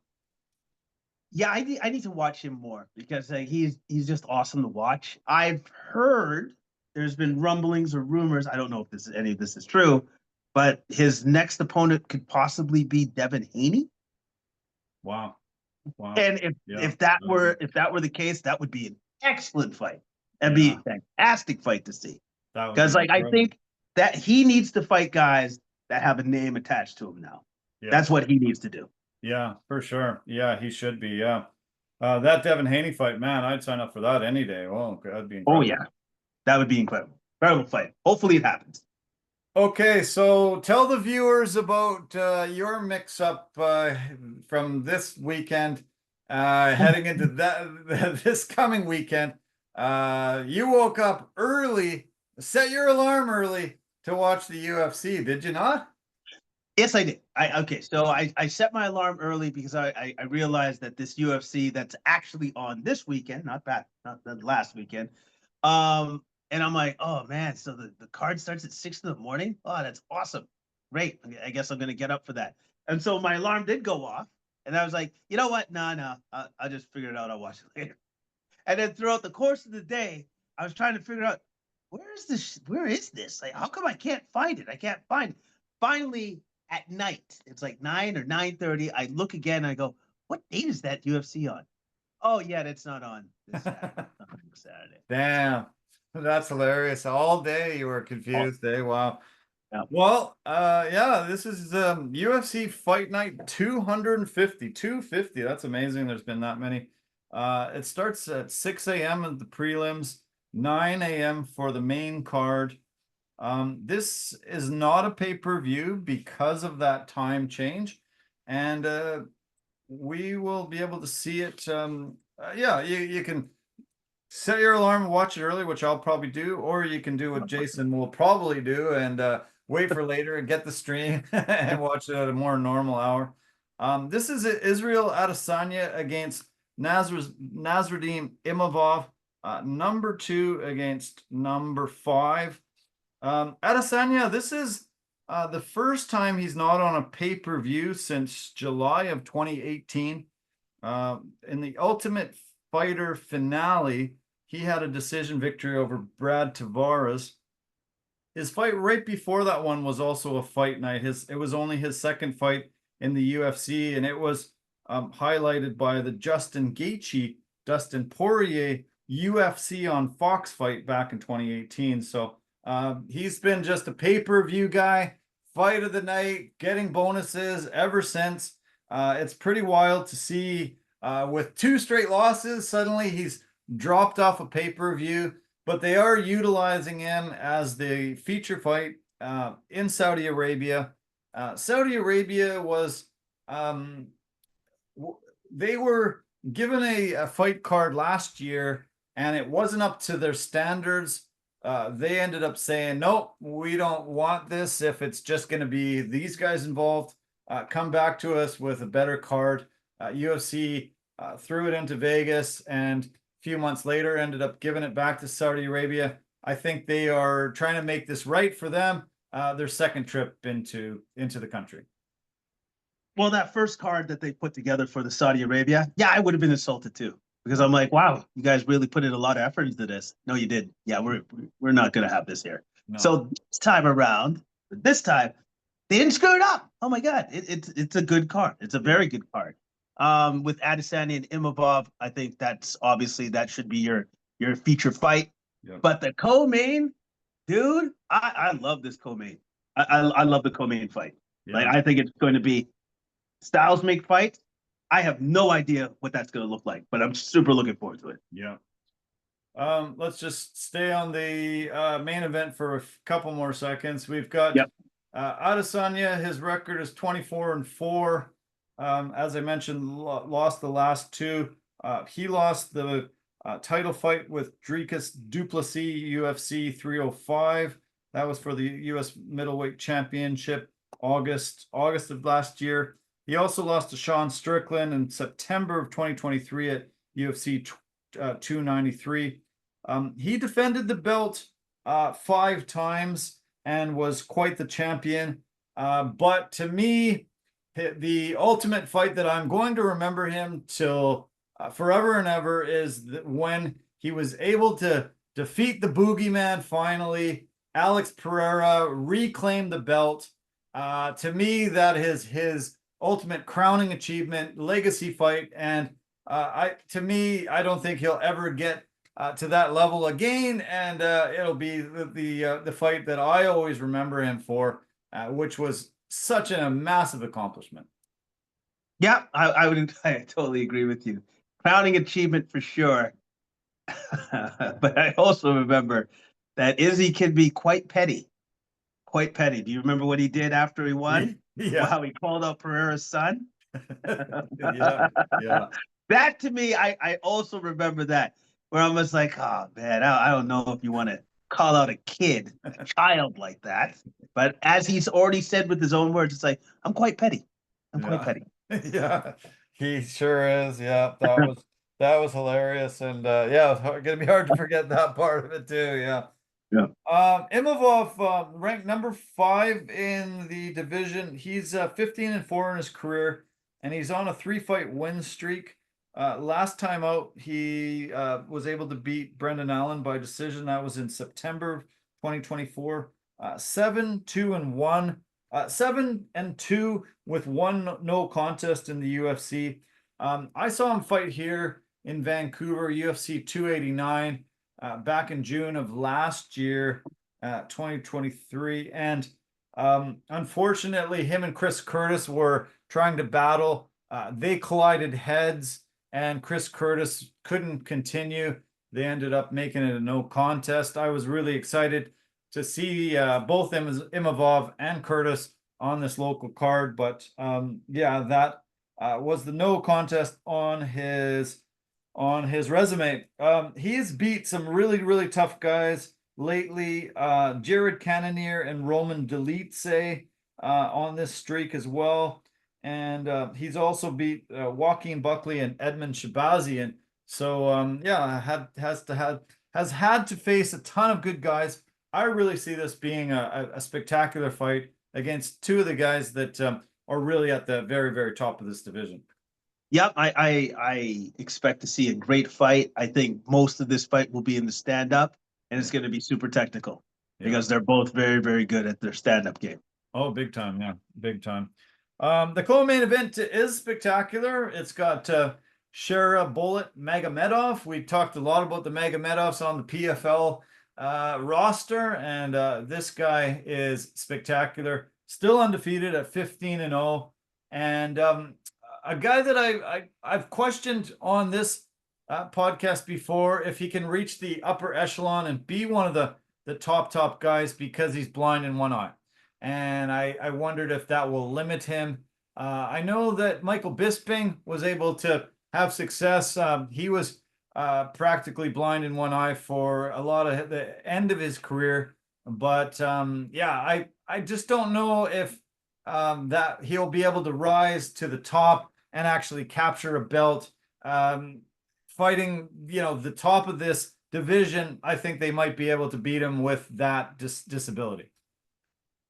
Yeah, I think that that's a handicap that he's just been having to deal with his whole life. So also too, I think one of the other problems with him is the fact that he can't fight in the US, I believe. Is that correct? Yeah, he because had because of some. his Yeah, eye he thing. had some. He has a criminal record that's not allowing him to travel there. Oh, I take it back. He has a criminal record.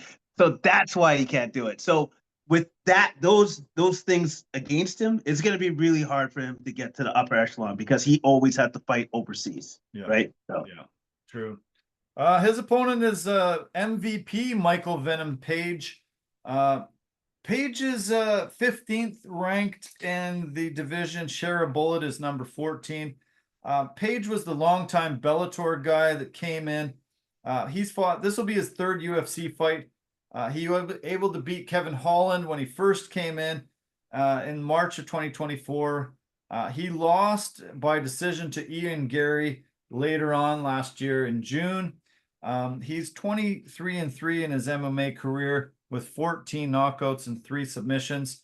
Love the way he fights. He reminds me of a guy like Adesanya, super long, lanky, has a lot of really good stand-up. And yeah, this should be one of the best fights of the year already, just at the start of February. yeah, man. Like MVP, he kind like the way that he approaches fighting reminds me of Stephen Wonderboy Thompson. Right. Like was that point fighting, but his speed is on another level. Like it's like Wonderboy, but it's definitely not like Wonderboy because of just like his extreme athleticism and speed. Super quick. And so that's why I'm super looking forward to this fight because Magomedov is going to come with a variety of different strikes all the time. Yeah. And so I'm just super looking forward to this fight and seeing what it looks like. Yeah. The heavyweight battle right before that is number 4 ranked Sergey Pavlovich against number 9 ranked Jairzinho Rozenstruik. Pavlovich is coming off of 2 straight losses. He got beat by Alexander Volkov back in June, and he lost the interim title fight against Tom Aspinall, UFC 295, back in November of 2023. 6-3 in the UFC, was really thought as maybe the next champion. Aspinall knocked him down. Volkov knocked him out, and we'll see if he's been able to recover. Rozenstruik is a guy that can put your lights out at any point. As I mentioned, he's the number 9 ranked, 15-5 in the MMA. All of his losses are in the UFC, 9-5 in the UFC, but he's coming off of 2 straight wins. He beat Bam Bam Tai Tuivasa, UFC 305, and he got a TKO win over Shamil Gaziev, who's also on this card. Biggie Boy has 13 knockouts of his 15 wins. and usually if he connects, he puts a guy out. So I expect this is going to be ending early. Good chance. Yeah, I agree with you. I think it's not going to go all 3 rounds No, for sure. no. Also, Khabib's cousin Saeed Nurmagomedov is on this card. Should be fun to watch him as always. Good to see those Nurmagomedovs. We also have, as I mentioned, Shamil Gaziev. He's the feature prelim heavyweight battle against Thomas Peterson. The other thing I wanted to mention is T-Rex, Terrence McKinney. Love that guy. He always puts on really good fights. Perez, the Smile Killer Zaim is here against Mike Davis. We have Canadian Jasmine Jazz Devicius. She is trying to get higher and higher ranked, fighting former title contender Maya Buena Silva. Jazz Devicius is on a really good roll and fighting a much higher ranked fighter, but Buena Silva's lost her last few fights, and I think she's ripe for the picking for Jasmine to enter into the top 10. Top 10, Yeah, top 5, actually, top 5. yeah, no, that's great matchmaking by the guys right there, because I think you're absolutely right. I think Jasmine has been put in a situation where she is right for the picking, which is Bueno Silva. And if she can beat her, then she's very close to now getting a title shot. Yeah. Yeah, so that goes off very early Saturday morning. Hope everyone can watch it. I hope you don't have any more issues, Jason, to watch it. But yeah, I can't wait. Should be an awesome fight. I did want to make some mention of the NHL. Canucks are back in action this evening against the St. Louis Blues. They are on a 3-game road trip starting tonight. And good thing, Tyler Myers is back after the 3-game suspension he received for the cross check. So is Connor McDavid back tonight from his also 3-game suspension. The Canucks had a really good performance on Saturday night here. They were able to beat the #1 team in the NHL, the Washington Capitals, 2-1, and Quinn Hughes scored both goals for the Canucks. They had an incredible defensive performance, one of the best games of the year against the top team in the NHL. It was really good to see after they've been struggling quite a bit lately to be consistent. Nice to see them come up with such a great game. Yeah, that's awesome to see, because of the fact that they had their best game against the best team in Yeah. the NHL, and they've shown that they can play to that standard. They can play to that level. Yeah. The other guy that's coming back tonight is Dakota Joshua. He was injured for the past month. He missed 10 games, and it's great to see him back after he had a setback earlier this season, wasn't able to start the year after his cancer surgery and everything. Got injured again, and now is finally coming back. Great to see them finally getting fully healthy. All their guys back in the mix. Hopefully, it really helps them on this 3-game road trip. They play Nashville on Wednesday, and they play Dallas on Friday. Should be yeah, a lot of good games in that mix. They return home to play Detroit on Sunday. It's a 5 o'clock puck drop there. And the really good aspect of that game that night is they were rolling out Black Excellence Night. It's a recognition of Black History Month, highlighting African American culture and recognizing members of the community and their accomplishments. They're going to have a theme night, and I'm really yeah, impressed. As I mentioned, 5 o'clock puck drop earlier on Sunday there, and yeah, great that they're doing that. They've been doing a really fantastic job with recognizing a lot of cultures, but because it's Black History Month in February, I'm glad they're doing this right away. Yeah, no, I'm impressed that they are doing it. I'm impressed that they're paying homage to that, and it's just good to see that the league is taking it seriously and doing these sorts of things. I do have a list of a couple of the other nights that are coming up here. On February the 8th against the Leafs, they are celebrating the start of the Invictus Games, which kick off February 8th through 16th in Vancouver and Whistler. So Prince Harry and a lot of the people involved will be there. And I hope everyone goes out to the Invictus Games, really supports that heavily. March the 5th, they're doing First Nations Night against the Ducks. Women's Empowerment Night, March the 7th, and then big party on St. Patty's Day, I guess, March the 18th there. So, yeah, some great things coming up. Canucks have been still trying to pull off a trade for either JT Miller and Elias Pettersson. They almost sat out JT Miller a week ago Saturday, thinking that they had a trade in place. That one fell through, and the team has seemed to shift now their attention and focus on getting rid of Elias Pettersson now and keeping JT Miller. I understand that they've put him on the blocks. This is pretty crazy because this is 4 months into an 8-year contract that he signed in the offseason.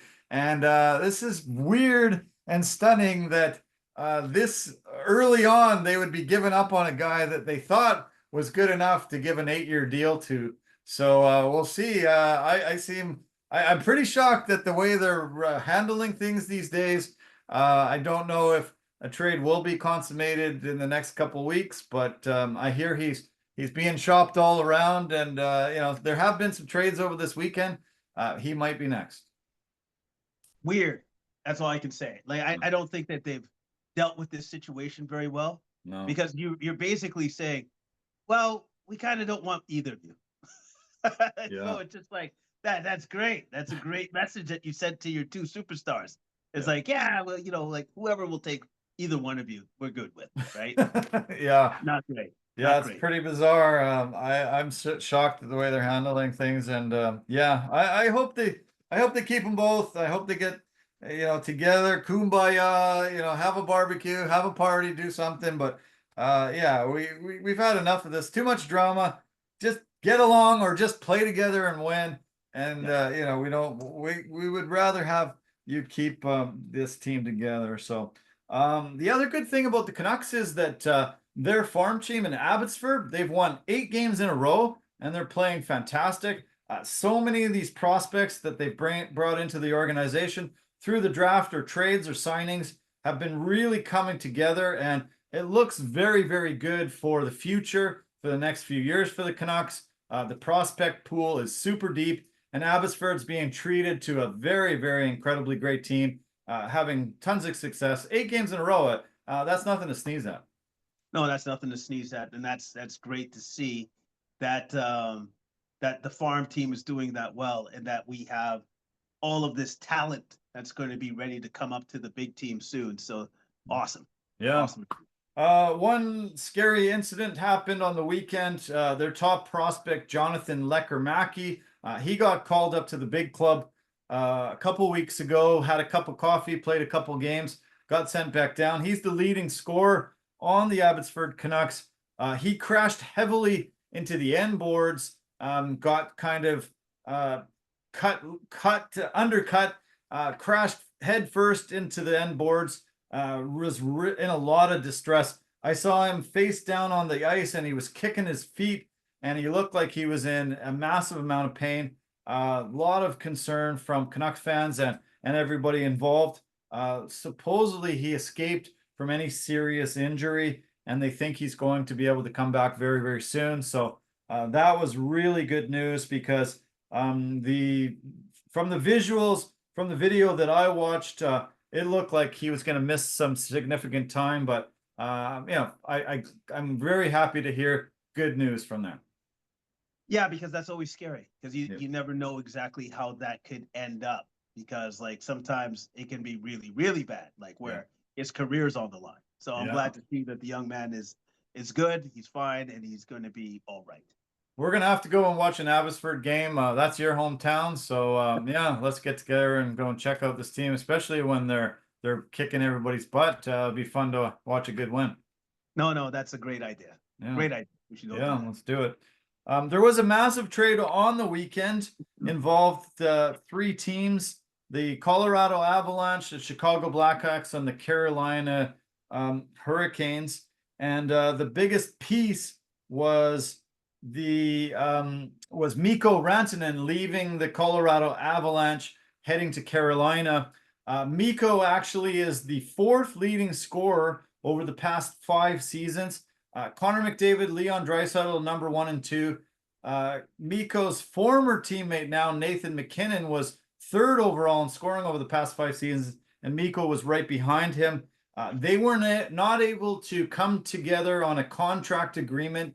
He is an unrestricted free agent at the end of the season, and they finally realized they weren't going to be able to afford him. They weren't going to be able to come together to make a deal. He said it caught him off guard big time. He said he was actually willing to accept a serious discount to stay. I don't know where the communication broke down, but Nathan MacKinnon is the highest paid player, and I don't think they wanted to exceed that. Currently, McKinnon's making about $12 million a year. Rantanen was making $9 million, and then there was talks that he was going to be asking for 14. But I don't know why they didn't know his number. But anyway, huge trade. There's not that many big trades like this in the NHL anymore because of the dollar figures and the salary cap. But big move done by Carolina to secure him. They also were able to get Taylor Hall out of Chicago. 2 huge pieces that are going to help them in the playoff run coming up. And this really hurts Colorado. He was a big piece on Nathan MacKinnon's line and on the power play, and they will take a long time to find a player this good to fill his shoes. Yeah, that doesn't make any sense. Yeah. Like what you just said, it's just like, so why couldn't you make a deal? He was actually willing to take less money too. Yeah. And you're just like, well, none of that makes any sense. Like, why is he not still playing for you? Yeah. Very odd. Very really odd. Weird situation, but great for the Hurricanes because now they got 2 excellent pieces. Yeah. We got some great news today for hockey in Canada. The NHL has never committed a game, but they said they would like to try to get another team in Canada. We lost the team from Quebec, went to Colorado, and has had that long relationship, speaking of Colorado. And we've wanted to try to get another team back in Quebec. They made an announcement today that the Ottawa Senators will play 2 preseason games in Quebec starting this year. They're going to use it as a bit of a barometer to see if they should maybe open up the possibility of relocation or an expansion franchise in Quebec. So it'd be great to see them get another franchise, 8th team in Canada. And yeah, this is a nice first step. It's a great first step. And it would be great to see Canada get another NHL team or get the Nordiques to come back. Because didn't they leave kind of under suspicious circumstances the first time? Yeah, kind of, yeah. For sure. Yeah, so either way, it would be great if the NHL made good on that, brought the Nordiques back. As long as there's interest, which I believe there should be. It's hockey. So we got great news for Canada today, but we also got some bad news for Canada this past weekend. Alex Pietrangelo, the behemoth defenseman from Las Vegas, said he's not going to be playing for Canada in the Four Nations face-off that starts in a couple of weeks here. He was an amazing addition. He's going to be hard to fill his skates. They haven't made an announcement on who's going to replace him yet, but a lot of guys will be putting their hands up trying to get in there. But this is a blow for Canada, as he was going to be a big piece for their back end. Yeah, he's going to be a huge piece for the back end, and it kind of sucks that he's not there. But I'm sure somebody will step up because it's always the next man up. Yeah. I mentioned Washington Capitals being the #1 team in the NHL this year, played the Canucks this past weekend. They just made a big announcement today that they've signed their goalie Logan Thompson to a 6-year, $35 million contract extension because of how great he's played this year. He was able to get signed on the dotted line, and he should be there for the next 5 or 6 years. And huge move for them. He has been lights out, especially since Canada left him off their roster for this Four Nations face-off. He had something to prove. Yeah. He definitely had something to prove, and it's cool to see that he's just like he used that as motivation. Yeah, he sure did. 3 stars for the NHL this week. David Pastrnak, right winger for the Bruins, had the best week of anybody. He had 8 points, 3 goals, 5 assists in 4 games, leading to the Bruins to a great week. Second star was Duck center Mason McTavish. He had 5 goals, the most goals by any NHLer this week. And third star was the Utah center Barrett Ayton. He had 4 goals, 2 assists in 4 games for the Utah Hockey Club, who have yet to give themselves a nickname yet. You just got to call them the Hockey Club. I hope they come up with a name soon. They put a Yeti in for the trademark, and the trademark commission said, nope, you're not allowed to do that. So they went back to the drawing board, trying to come up with their second or third choice, see if the trademark committee will agree to that. But it sucks. It's got to suck to not have a nickname for your hockey team if you're a fan of them. It's awful. Yeah. It's awful. Like, because you know what? It reminds me of the Washington football team. You remember when we went through that nonsense? Yeah. I don't like it. No. Like come with an idea of what you want the team to be named. Make sure that it will pass whatever it needs to pass, and then go with that. Yeah. Don't just come in and just like, I'm just gonna call it the Utah Hockey Team. All right. Yeah. That's garbage. That's terrible. Like yeah. And I would have loved to see the Yeti mascot. I think that would have been beautiful. He would have been fun to watch, but we'll see what they come up with now. A couple of NBA news and notes. Jimmy Butler was suspended again by the Miami Heat today. He returned from his second suspension today. It was just a 2-game one this time, and he walked out midway through shoot around today. When he was informed that he would not be in the starting lineup, he said, okay, I'm out of here, see ya. They've indefinitely suspended him now, and the clock is on Pat Riley and this team to try to get rid of him, trade him to somebody else, and this has reached a boiling point. I don't think we'll even see him in the building again, and hopefully they can consummate a trade and get him out of there. Yeah, I kind of saw the writing on the wall for this one. As soon as that guy doesn't like his situation, because he's shown it from literally every organization he's ever been a part of. Yeah. If things don't go his way, he's gonna blow it up. It's gonna be volcanic. He's just gonna blow it up. He doesn't care anymore. He doesn't care what it looks like because he's unhappy. And so guess what? I'm now going to make this very, very difficult for the organization until you get me out of here. That's what Pat Riley knew. He's trying to force their hand. Yeah. He's trying to force their hand. So he's going to force your hand. Yeah. And I don't know what was said between them, like behind closed doors, but he obviously feels super wronged. Yeah. And that's why he's doing this. So yeah, it's a sad saga, and hopefully it gets figured out soon.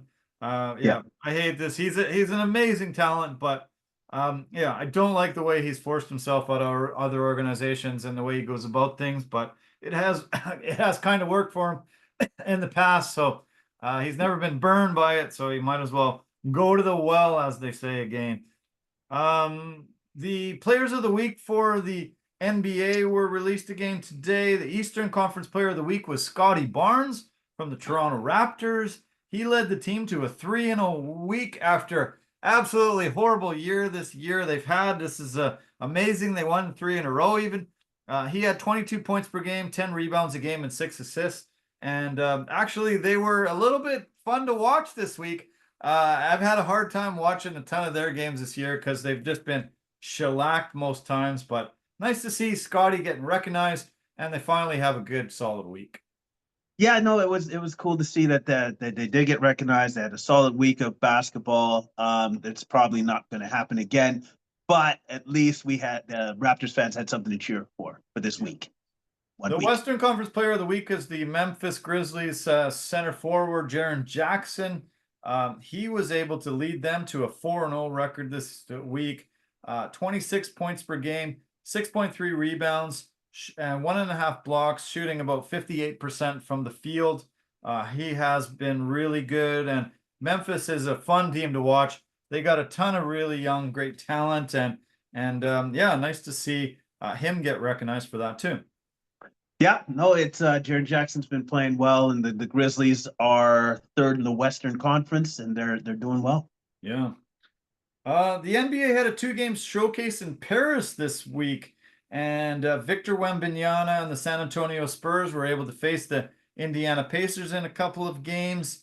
The home crowd went wild for Victor, and he played really, really, really great. He had 25 points per game and 11.5 rebounds, 4 assists, and 3 blocks per game. They split the games, didn't really matter. It was just all about Victor. And yeah, it was great to see the crowd super into it. And yeah, I think it's great to see the NBA do this. I think we're going to see a ton more of these showcases very soon. Yeah, and I hope they do more because it just grows the sport. And it also too it makes a lot of sense now because I saw Brian Windhorst doing an interview with Chris Paul, and I'm like, is that the Eiffel Tower in the background? Why is that there? It's kind of weird. Now I know why. Yeah. It also heated up talks about the NBA actually having a European league over there very soon. They actually had some talks with the EuroLeague about acquiring them, and EuroLeague denied it, said, no, we don't want you to be part of our league. They said that the NBA was kind of going to force them to take a back seat, and the NBA would be in the partnership. The NBA would be calling all the shots. They said no, so the NBA has been really like, okay, let's go on our own with this, do our due diligence, and see if it's viable. They kind of arrogantly said that they are already running 5 leagues, basketball leagues, and they should be able to put together another one and make it successful. And I'm like, 5 leagues? What are you talking about? And then I realized, okay, they run the NBA, the WNBA, the G League. They run the African Basketball League, and they run this 2K league that I wasn't aware of. So yeah. So I think it's going to be different than the leagues that they're currently running, and they think they're so great at, which I'm impressed with the NBA, but I don't know if I'm impressed with any of the other leagues. But they said they've approached people in Paris, London, Manchester, and 2 German cities, Munich and Berlin, to maybe field teams there to start. So yeah, I don't know. Kind of surprised that yeah, that they even approached the EuroLeague about taking them over, but after they got rejected, they're trying to go on their own and create the 6th league now. Well, first off, I'm not surprised that the EuroLeague just rejected them outright, because it's like, you're going to tell us what to do now. Yeah. You're going to come over here and tell us what to do. Yeah, go away. I get that, right? Sure. Because like that's extreme arrogance. It's like, no, you're not going to tell us what to do. No. Secondly, man, it's going to be tough for them to try to break into, because that's institutionalized. There's a ton of history there. Yeah. With all of those teams in the EuroLeague and stuff. So it's going to be very challenging for them to break in, period. And are they going to even have enough teams to make it like viable, to make it make sense? Because you mentioned 3 teams in Britain, or 1 team in Paris, 2 teams in Britain, and then 2 teams in Germany. Like 5 teams. Yeah. Guess what? Not enough. No, that's not going to do. Yeah, I don't know if that's the only ones. I don't know if that's what I just heard was just the kind of most notoriety city so far. But yeah, I'm gonna try to do a little more investigating. But yeah, I think it's a Too little tough. too ambitious, and I think that they'll have some serious struggles. I think the people that run the NBA are going to have some concerns too, because the other five leagues that they've been talking about, they're all money losers. Yeah. And you know, do you want to have another league that's really probably going to lose some money in the initial few years? So you know, taking your bottom line down, down, down, down to develop the game. You know, I don't know if these too many owners are going to be signing on for it. Exactly, right? Because the owners kind of get into things to make money, not to Yeah. lose money. So it's gonna be tough. It's gonna be tough sledding for them to pull it off. I think they initially also talked about doing it because of the Saudis threatening that they were going to start their own world league Yep. and they were going to try to capture and take as many of the current NBA guys and especially Yep. the Europeans who have become very prominent in the league, winning MVPs and becoming some of the best players in the NBA. I think it started making them think that maybe they should do it before the Saudis even, you know, start doing this, and maybe they could stop them from, you know, poaching all these NBA players that they covet. Yeah, exactly. And also too, I've also heard that LeBron is thinking about starting his own league, World League as well. Wow. I don't know if that's in with the Saudis, because then if that's actually a thing, they're trying to combine forces behind the scenes, then I can see why the NBA would be super worried about that. Yeah. Because look at what happened to golf. I'm Yeah. pretty sure the NBA does not want that to happen to them. Okay. So they're Yeah. trying to get in front of it before it does happen. Makes sense. Exactly. Yeah. I did want to just quickly mention that the front runner for MVP is a Canadian, Shea Gilgeous-Alexander. For anybody that's not following super close, it's incredible what he's doing. And he scored a career high 54 points last week in one of the games. He actually was unimpressed with the final numbers and said he didn't actually think he had a great game. Didn't think he shot that well. He shot just under 50% for the game, 17 of 35. He was 17 of 18 from the charity stripe, which was pretty impressive. Also had 8 rebounds, 5 assists, and 3 steals. 54 points in any game is pretty damn amazing. And it's kind of cool that he wasn't impressed and he thinks that he can do a lot better. Yeah, I like that. I like that. I like the fact that he's looking at it going like, I wasn't incredibly efficient with the basketball. Yeah. And he knows that he can be better and be better for his teammates. And that's why he's a great leader. And that's why he's your front runner for MVP. And like I would say the front runners for MVP is obviously him, Nikola, probably Giannis. Those are your top 3. Yeah. And it's probably not going to be Nikola that's going to win, because that would be his 4th MVP. And people get really weird about that kind of stuff when you start doing that. So I think it's SGA's to lose at this point. Yeah. Yeah, he has SGA has six games with 40 points or more. That's the same as Nikola has. And if Nikola hadn't won all these MVPs, I think it's actually a slam dunk that he would win this year. He is on a heater that's incredible. 9 straight triple doubles. And the game last Thursday, I texted you after and said, holy shit, did you see his numbers? I watched the game and he was just unbelievable. He's been actually sitting out most of the fourth quarters and still having these numbers that they're putting up. The game the other night, he had 35 points, 22 rebounds, and 17 assists. Hit a 66-foot bomb, buzzer beater in the game, leading to a win. The numbers that he put up that night haven't been seen since Wilt Chamberlain, and they're just unbelievable. He's the smartest man in basketball, the most versatile. He is the most valuable player, and I wish those 3 MVPs that he has before wouldn't go against him, because he deserves it. I think his numbers are even better than those MVP seasons. It's insane. He's getting even better now. No, you're absolutely right. His numbers right now for this season are better than those MVP seasons.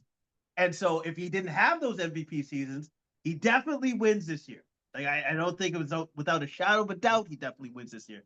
And then if you look at what he's done for that team, which is like, well, I guess I got to do everything. And so he does. Yeah. And on top of that, he goes, Westbrook, you know what? He's actually pretty good. And guess what? I can make him good again. And then he did that. Yeah. He did that. Well, I think Denver was really smart. I think moving Jamal Murray to shooting guard was a brilliant move. I never saw Jamal Murray as a point guard really be that elite point guard that you need, and I thought he would always be better as a 2 instead of the 1. And I didn't know Russ would be the guy, but I thought if they could bring in a true point guard that could really facilitate, I thought that it would be a great addition. I'm glad Russ is that guy. Russ has bounced around to so many teams and tried to find his niche, but it really seems like in Denver he has found it. No, he definitely has found it, and I love the fact that they have this incredible chemistry between himself and Nikola, and Jokic the Joker's already talked about it, saying that all we have to do now is just kind of look at each other and we know what the other wants to have happen or what should happen, and so it's awesome to see. It's really cool. It's really, really cool. Yeah.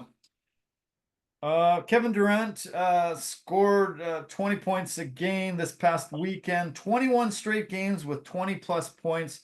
That's the third longest stretch in the Suns history, and it's the third longest by a player 36 years plus, behind Kareem, who did it once, and LeBron, who did it twice. So amazing to see KD still pouring in the buckets and having a great season at his age and still scoring a ton.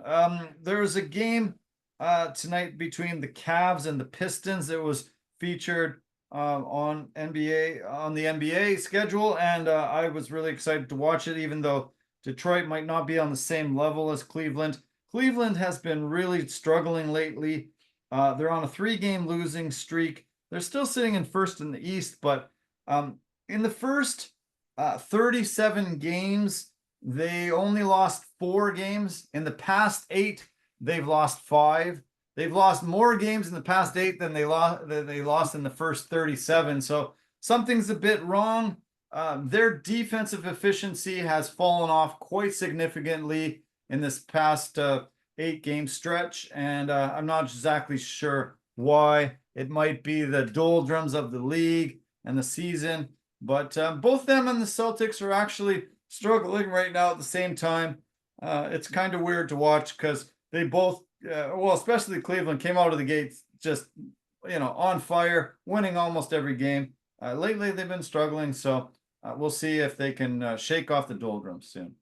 Yeah, I think they will. Like I think it's just like it's a long season, and so I'm not surprised to see the Cavaliers like this. Probably a little bit more concerned about the Celtics, to be honest with you, because they've been having this free fall for quite some time now. Yeah. And so that would be concerning because I believe Jaylen Brown just isn't playing as well as he did last year. Tatum has taken a step forward, but some of the guys haven't taken that step with him.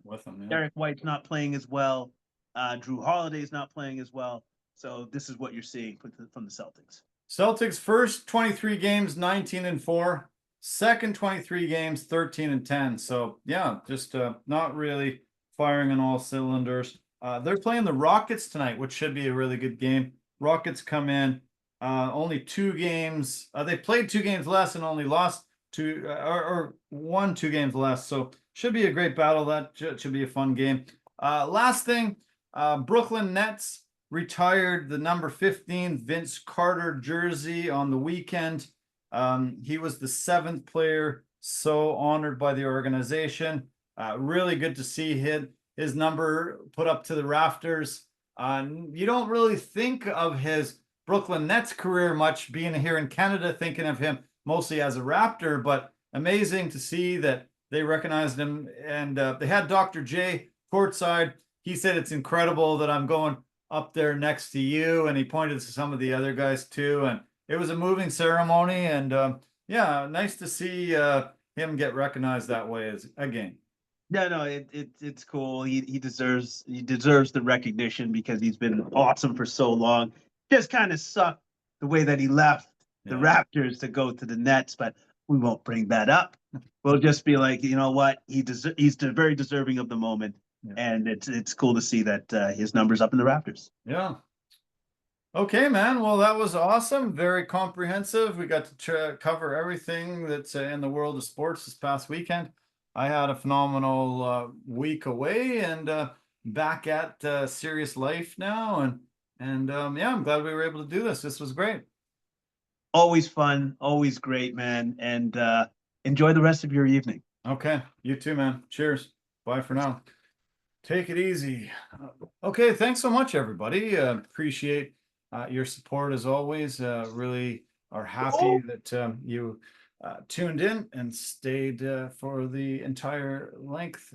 We appreciate our partners and sponsors. Thank you for your support. Anchor.fm, the easiest place to make a podcast. Verbero, the hockey equipment and apparel company, industry leader in technology, performance, and value. And the V350 stick is a must-have. Pampas and Possibilities, the designers of West Coast beautiful things for your home. Get them in your home, you'll love them. And last but not least, Forever Living, the aloe vera company for health and beauty products. Have a great week, you guys. Enjoy the sunshine if you're local around here. Hopefully, weather is okay and everywhere you are around the globe. Love you guys lots. Take care of yourself, and we'll talk to you soon. Bye for now.